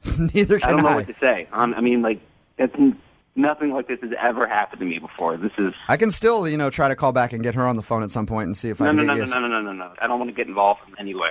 Do you think that there's any way that maybe this is like a new boyfriend? I'm just trying to look at like some sort of positive out of this. That she wants to have a baby with? I don't know. I don't know, Lydia. I think it's pretty obvious here, Harry. Oh, this is She was horrible. at the bar drunk, hooked up with you, realized that she made a mistake, probably feeling guilty. Of course. Not calling you back because she has a boyfriend who she thinks may have gotten her pregnant. Oh, man. Oh, this is so insane. Yeah. I mean, I had no idea. She seemed single. Yeah, did she ever say to you throughout your date, did she seem like she had a boyfriend or anything at all? Not at all. Did she seem like she had a bun in the oven at all? No. No, okay. I don't know. Some guys are attracted to that. I don't know. She Like, was maybe- at a bar drinking all night, Jubal. I think that's a pretty indication, good indication. Not that- really. I just can't believe that happened. Well, this is normally the time where I'm like, hey, do you want to go on a second date? We'll pay for it. I don't really know how to handle this one at all. What do we do? I guess I can send you out on the date with a text messenger. Somebody texts into the show. Do you want a date with just a random person from the show? You know, I think I should be more cautious on who I go out with. Yeah. Yes, thank exactly. you. Because Finally. trust me, you don't want to date with anybody that's texting into our show at 78592. All right, well, at least you got your answer. Yeah. Yeah. I hope for you that, like, 17 years from now, some kid doesn't show up and go, hey, we have the same nose. You hooked up with my mom years ago. Oh, God. That is not funny at all. I think it is, a little bit. Brooke and Jubal in the morning. I want to address something on the text message board right now at 78592. No, I am not calling that girl back. Thank you. I am not doing it. It's Brooke and Jubal in the morning. I'm moving 92.5. If you don't know what I'm talking about the second date update that we just played. Wow. This guy, Harry, wanted us to call this girl. I'm not using her name. We actually beeped it out in the second date update when we taped it because I don't want to blow up her spot too much. Yeah. But a guy named Kevin answered the phone. We left that name in there because there's lots of Kevins. Whatever. But anyway, a guy named Kevin answered the phone, and I was joking with him because he's like, oh, is this a doctor's office? And I was kind of doing my thing, going like, yeah, it is a doctor's office, like an idiot, like I do. And then it came out that apparently they are trying to make an appointment for a pregnancy test. Harry hooked up with this girl. They had a wild night. She ended up kneeing him in the face while they were doing it, which is funny. And then she left the next day. He thought maybe she was embarrassed. Turns out she probably was embarrassed and a little bit upset at herself that she cheated on her boyfriend because this guy sounded like they lived together and they've probably been together a long time. Anyway, I decided to stop it and not continue to go on with it anymore. God. And thank you, by the way. Thank you, everybody on Twitter who has tweeted me. And everybody texting in at 78592 saying I did the right thing. For once. For once in my life. I was so worried that you were gonna like say something to I this was going man. to. I And mean, I really seriously. was. I was like on the fence. I'm like, all right, I can't put them on blast like that. And the Like thing is- if this girl cheated on the dude, that's one thing. But if there's a unborn kid involved, I don't want to be the guy to ruin that whole thing. Like I'll let them figure that out on their own. And there's no way you make a doctor appointment for a pregnancy test unless you've already taken a pregnancy test and it's come back positive. Yeah. Like, and that's that I mean, is- this is real life. It's not a joke. Yeah, anymore. yeah. Well, it would have been awesome just to do it. Like they're just like, "What? You cheated on me?" And now this might be that guy's kid, and we're just like, Jose's in the background just going crazy. Oh my god, this is nuts! Oh my god, your lives are ruined. Yeah, we hit the big like Brooke and Jubal in the morning sweeper and get out. Oh, so bad. Brooke and Jubal's second date update. Every Monday, Wednesday, and Friday at this time, we do the second date updates. You go out on a date and someone doesn't call you back. Let us call them for you. and help solve all of your problems or create new ones. We've got Hannah on the phone right now. Hannah emailed us about a date she went on with a guy named Pete. Hannah, how are you? I'm good. Hey, guys. How are you doing? Hey, what's up? Tell us about Pete. Tell us about your date. Tell us about how it all went. I think it was a really, really good date. We went out to dinner downtown. All right. We had a really good conversation. He was such a gentleman. And then we went to go watch a movie. All right. It's a long date. Yeah. Nice. Yeah, it just was going really, really well. And then afterwards, we went to his place. Okay. And we kind of had a nightcap. We, you know. And by nightcap, do you mean? We got intimate. All right. Yes. Woo-hoo. Nice. Own it, Hannah. Good to Own hear it. So what happened when you guys were done? Did you leave right after? You leave in the morning? How'd that work? Well, he cooked me breakfast. And then, it was just so, like, he gave me a long, passionate kiss goodbye. And he's like, I can't wait to see you again. So I'm thinking, this is probably the best date I've ever had. Nice. And ever since then, nothing. Really? He cooked you breakfast and hasn't called you back. No, but then why? I'm so confused. Okay. I'm confused, Have you too. tried to get a hold of him? I texted him once to be like, Okay. hey, how are you? You know, just a few days later, just because I don't want to look like a crazy stalker. Jubal, if you hooked up with a girl on a first date Mm-hmm. and you didn't like her, you wouldn't cook her breakfast, would you? Probably not. No. I'd probably try to figure out a way to get her out there as quickly as possible. Right, you had a know what I business mean? meeting, you had to go to work. If I made breakfast, it would be a trail of bacon from the bed to her car to get her out of there. So, it seems like he liked you. I like the trail of bacon idea. I like the kind of girls you go for, Jubal. Okay, Hannah, so we're going to call him and find out why he didn't get back to you. And you can't think of anything. I thought the night went so great. We had such good chemistry. I honestly am clueless. Okay. Okay. All right, we're going to call him right after this and see if we can get your answer, okay? Thanks, guys. Moving 92.5. Brooke and Jubal in the mornings. Second date update. All right, we've got Hannah on the phone right now. Hannah went out on a date with a guy named Pete that she really liked. They ended up hooking up. The next morning, he made her breakfast and kissed her goodbye, and she hasn't heard back from him. Hannah, are you ready to call Pete? And Yes. Wow. All right. Yeah. You are I ready. just want to know. I just want to know. That's all. How did you meet Pete, Hannah? I have a friend of a friend. He's single. He's cute. So it's kind of like a blind date hookup. Cute.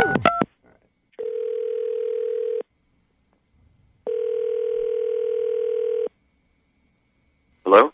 Hey, I was looking for Pete. Yeah, this is Pete. Pete, what's up, dude? This is Jubal from Brooke and Jubal in the morning. I'm moving 92.5. How are you? I'm good. Why are you calling? I want to talk to you about a mutual friend that you and I have. Okay. It's a girl named Hannah. Why are you calling me about Hannah? Well, I know that you went on a date with Hannah and you guys hooked up, and the next morning you made her breakfast and everything seemed cool and haven't called her. So I was calling kind of on Hannah's behalf to ask why I haven't gotten back to her. Is this on air right now? Is this on the radio right now? Yeah, it is. Okay, I gotta go. Sorry. No. Hey, hang on. Pete, 1 second, dude. Please don't hang up. All right. Call him again? Try to call him back, yeah. Dude, Hannah, what did you do? Does not want to talk about Hannah. Mm-hmm. See if we can get him back. This is inappropriate, man. Look, don't hang up. No, it's bullshit. You shouldn't be asking me about my private life here. It's bullshit. Okay. Get me off the air. Hang on a second, Pete. What is this? Okay. Producer Boy just handed me a piece of paper. That's true? Yeah. Really? Yes. Apparently, Pete, our producer went to your Facebook and it says you are engaged. What? You're joking. Is this for real? Pete, are you engaged, dude? He hung up. I heard it Is he click. I gone? think he hung up. Hey. Are you joking? Wow. That was weird. All right, we're gonna stop for a second and try to sort this out. I think we need to figure out if this is really true or not. Okay, so we got an update. A few minutes ago during the second date update, we were calling Pete to find out why he wasn't calling Hannah back. He hung up on us when we first got him on the phone, so producer Boyd went to his Facebook page to try to get like another contact for him, a phone number or something, and found out through Pete's Facebook that he was actually engaged. And apparently, Producer Boyd then messaged his fiance, and he's telling me that she's on the phone right now. Is she really on the phone right now? She's online too. Is this Jessica? Yeah. Do you have a fiance named Pete? Do I have a fiance named Pete? Yeah. I don't want to do this. This is Jubal from Brooke and Jubal in the morning. I'm moving 92.5. Can you describe Pete for me? Yeah. He's my fiance. We've been together for a while. We're getting married in the summer. He's Okay. Is there really great. And just to like. why are you asking me this? How long have you been together? Well, we've been engaged for about a year, a little over a year. A year? Hang on. Slow down. Hang on, Hannah. Let's make sure this is the right dude. All right. Who is this? This is Brooke and Jubal in the morning. I'm moving 92.5. Hannah's on the phone with us. Hannah emailed us about a guy that she went out with and hooked up with who wouldn't call her back after they, had a night of fun. That guy is your fiance. Is this a joke? No. Are you kidding me? That's not possible. Is there any way you've been out of town over the weekends? Yeah. When did this happen, Hannah? On Friday night? Okay. Were you with Pete on Friday night? No, and he... Oh, my God. I know, honey. And he didn't answer my phone calls or my texts on Friday. And are you guys... Is this... It's not okay, a joke. Jessica, so where did Pete tell you he was on Friday night? He said he had to work late. Okay, and he didn't answer And he you. wouldn't answer any of my texts or anything. And, oh, my God, are you kidding me? Hannah, tell Jessica about what you did Friday night. I'm really sorry. I honestly had no idea this guy was engaged. I thought he was just a great guy, and we went on a date. We went back to... You went on a date? Like a prearranged date? What... I'm trying very hard to give him the benefit of the doubt and not freak out right now. What's Pete's last name? Jessica, what's Pete's last name? We'll beep it out. Hannah, what's the guy's last name that you went out with? Oh! Are you kidding me? Have you guys had any problems with cheating before in your... No, not that I'm aware of. Hannah, how did you meet Pete again? Just through a mutual acquaintance. Mutual acquaintance. Who? This guy, Charles. Jessica, is Charles a friend of Pete's that you know? Yeah, he's a friend of Pete's. Okay. He's a friend of Pete's that I don't get along with. This is just unbelievably... We tried to How did you go out on a date? Are you saying you were at a party? I don't understand what you're saying to me. Jessica, I would tell you to not get mad at Hannah because it sounds like Hannah legitimately didn't know that he had a fiance. So Well, I'm sorry. I don't know who I'm mad at right now. I'm just in shock, okay? So cut me some slack here because you were in my house, Hannah. P.S. You can be as You mad... were in my house. Wait. Jessica, you live there? Wait, but you lived there? Because there was no pictures of any girls in that house. Oh, my God. Are you okay, honey? No, I'm not okay. I'm not okay. I'm engaged. I'm not okay at all. Oh, that makes my heart hurt. I feel terrible right now. We tried to get Pete on the phone, Jessica, to talk about why he wasn't calling Hannah back, and he got angry and hung up on us, obviously, because he has a fiance. I'm sorry you had to hear about it this way. I am too. Hey, Jessica, we're going to give you just a second to compose yourself, okay? And then we're going to talk to you a little more, all right? Okay. Okay, I'm going to put you on hold for 1 second. Okay. All right, this is the third segment of the second date update today because obviously things got a little serious. Hannah went out with a guy named Peter. They hooked up. We tried to get him on the phone. He got mad and hung up on us, and then we found out that he actually had a fiance. Jessica, how you doing? Yeah, I'm okay. Have you flushed your engagement ring down the toilet yet? Not yet. Not yet. have you suspected him of cheating before or anything else? I've had my moments of worrying about that a little bit, but I've always told myself to take the high road and not be accusatory. Yeah, and to trust the commitment that we've made to Which each other. you should be able to. What is your plan, Jessica, for confronting Pete? I don't know yet. I don't know. I am, my blood is boiling though right now, and I don't know if I am going to pack my stuff and just get out of here, or I'm just going to... Jessica, I'm going to tell you from a guy's point of view who has been caught cheating when he's been living with girls that he's been with, just walk away. Like, honestly, that's the best way to do it for both you guys. Because you leave, you can find someone else who's not going to cheat on you. And if you don't leave, then you're always going to have that doubt. You're always going to be on his case. It's not going to be a good relationship on either side. So no matter what, now that you know this, my advice to you would be just to go there when he's not there, get your stuff. Don't even give him the satisfaction of a conversation about it. Because all he's going to do is lie about it. Right? I mean, how many times have you been honest, Jubal, when you had gotten caught in cheating? I am never honest. So Jessica, that's what I would tell you to do, okay? Thank you. I mean, I guess I'm glad I'm finding this out. I'm not at all, but... Hey, it's better to know now than to have to get a divorce, right? And let me tell you, we threw one badass unbachelorette party in Vegas after my girlfriend broke up with her second fiance, and it was way more fun. Hey, Jessica, will you stay in touch with us just to let us know how you're doing and how everything wraps up? Yeah. All right. You're going to be okay. Thanks, you guys. Yeah, it's not the end of the world. It really thank isn't. you. I know it sucks right now, but it's not. All right. There's plenty of guys like me out there. That's not hope. Oh, God, I don't know. It's the opposite. All right. Keep in touch with us, okay? All right, thanks.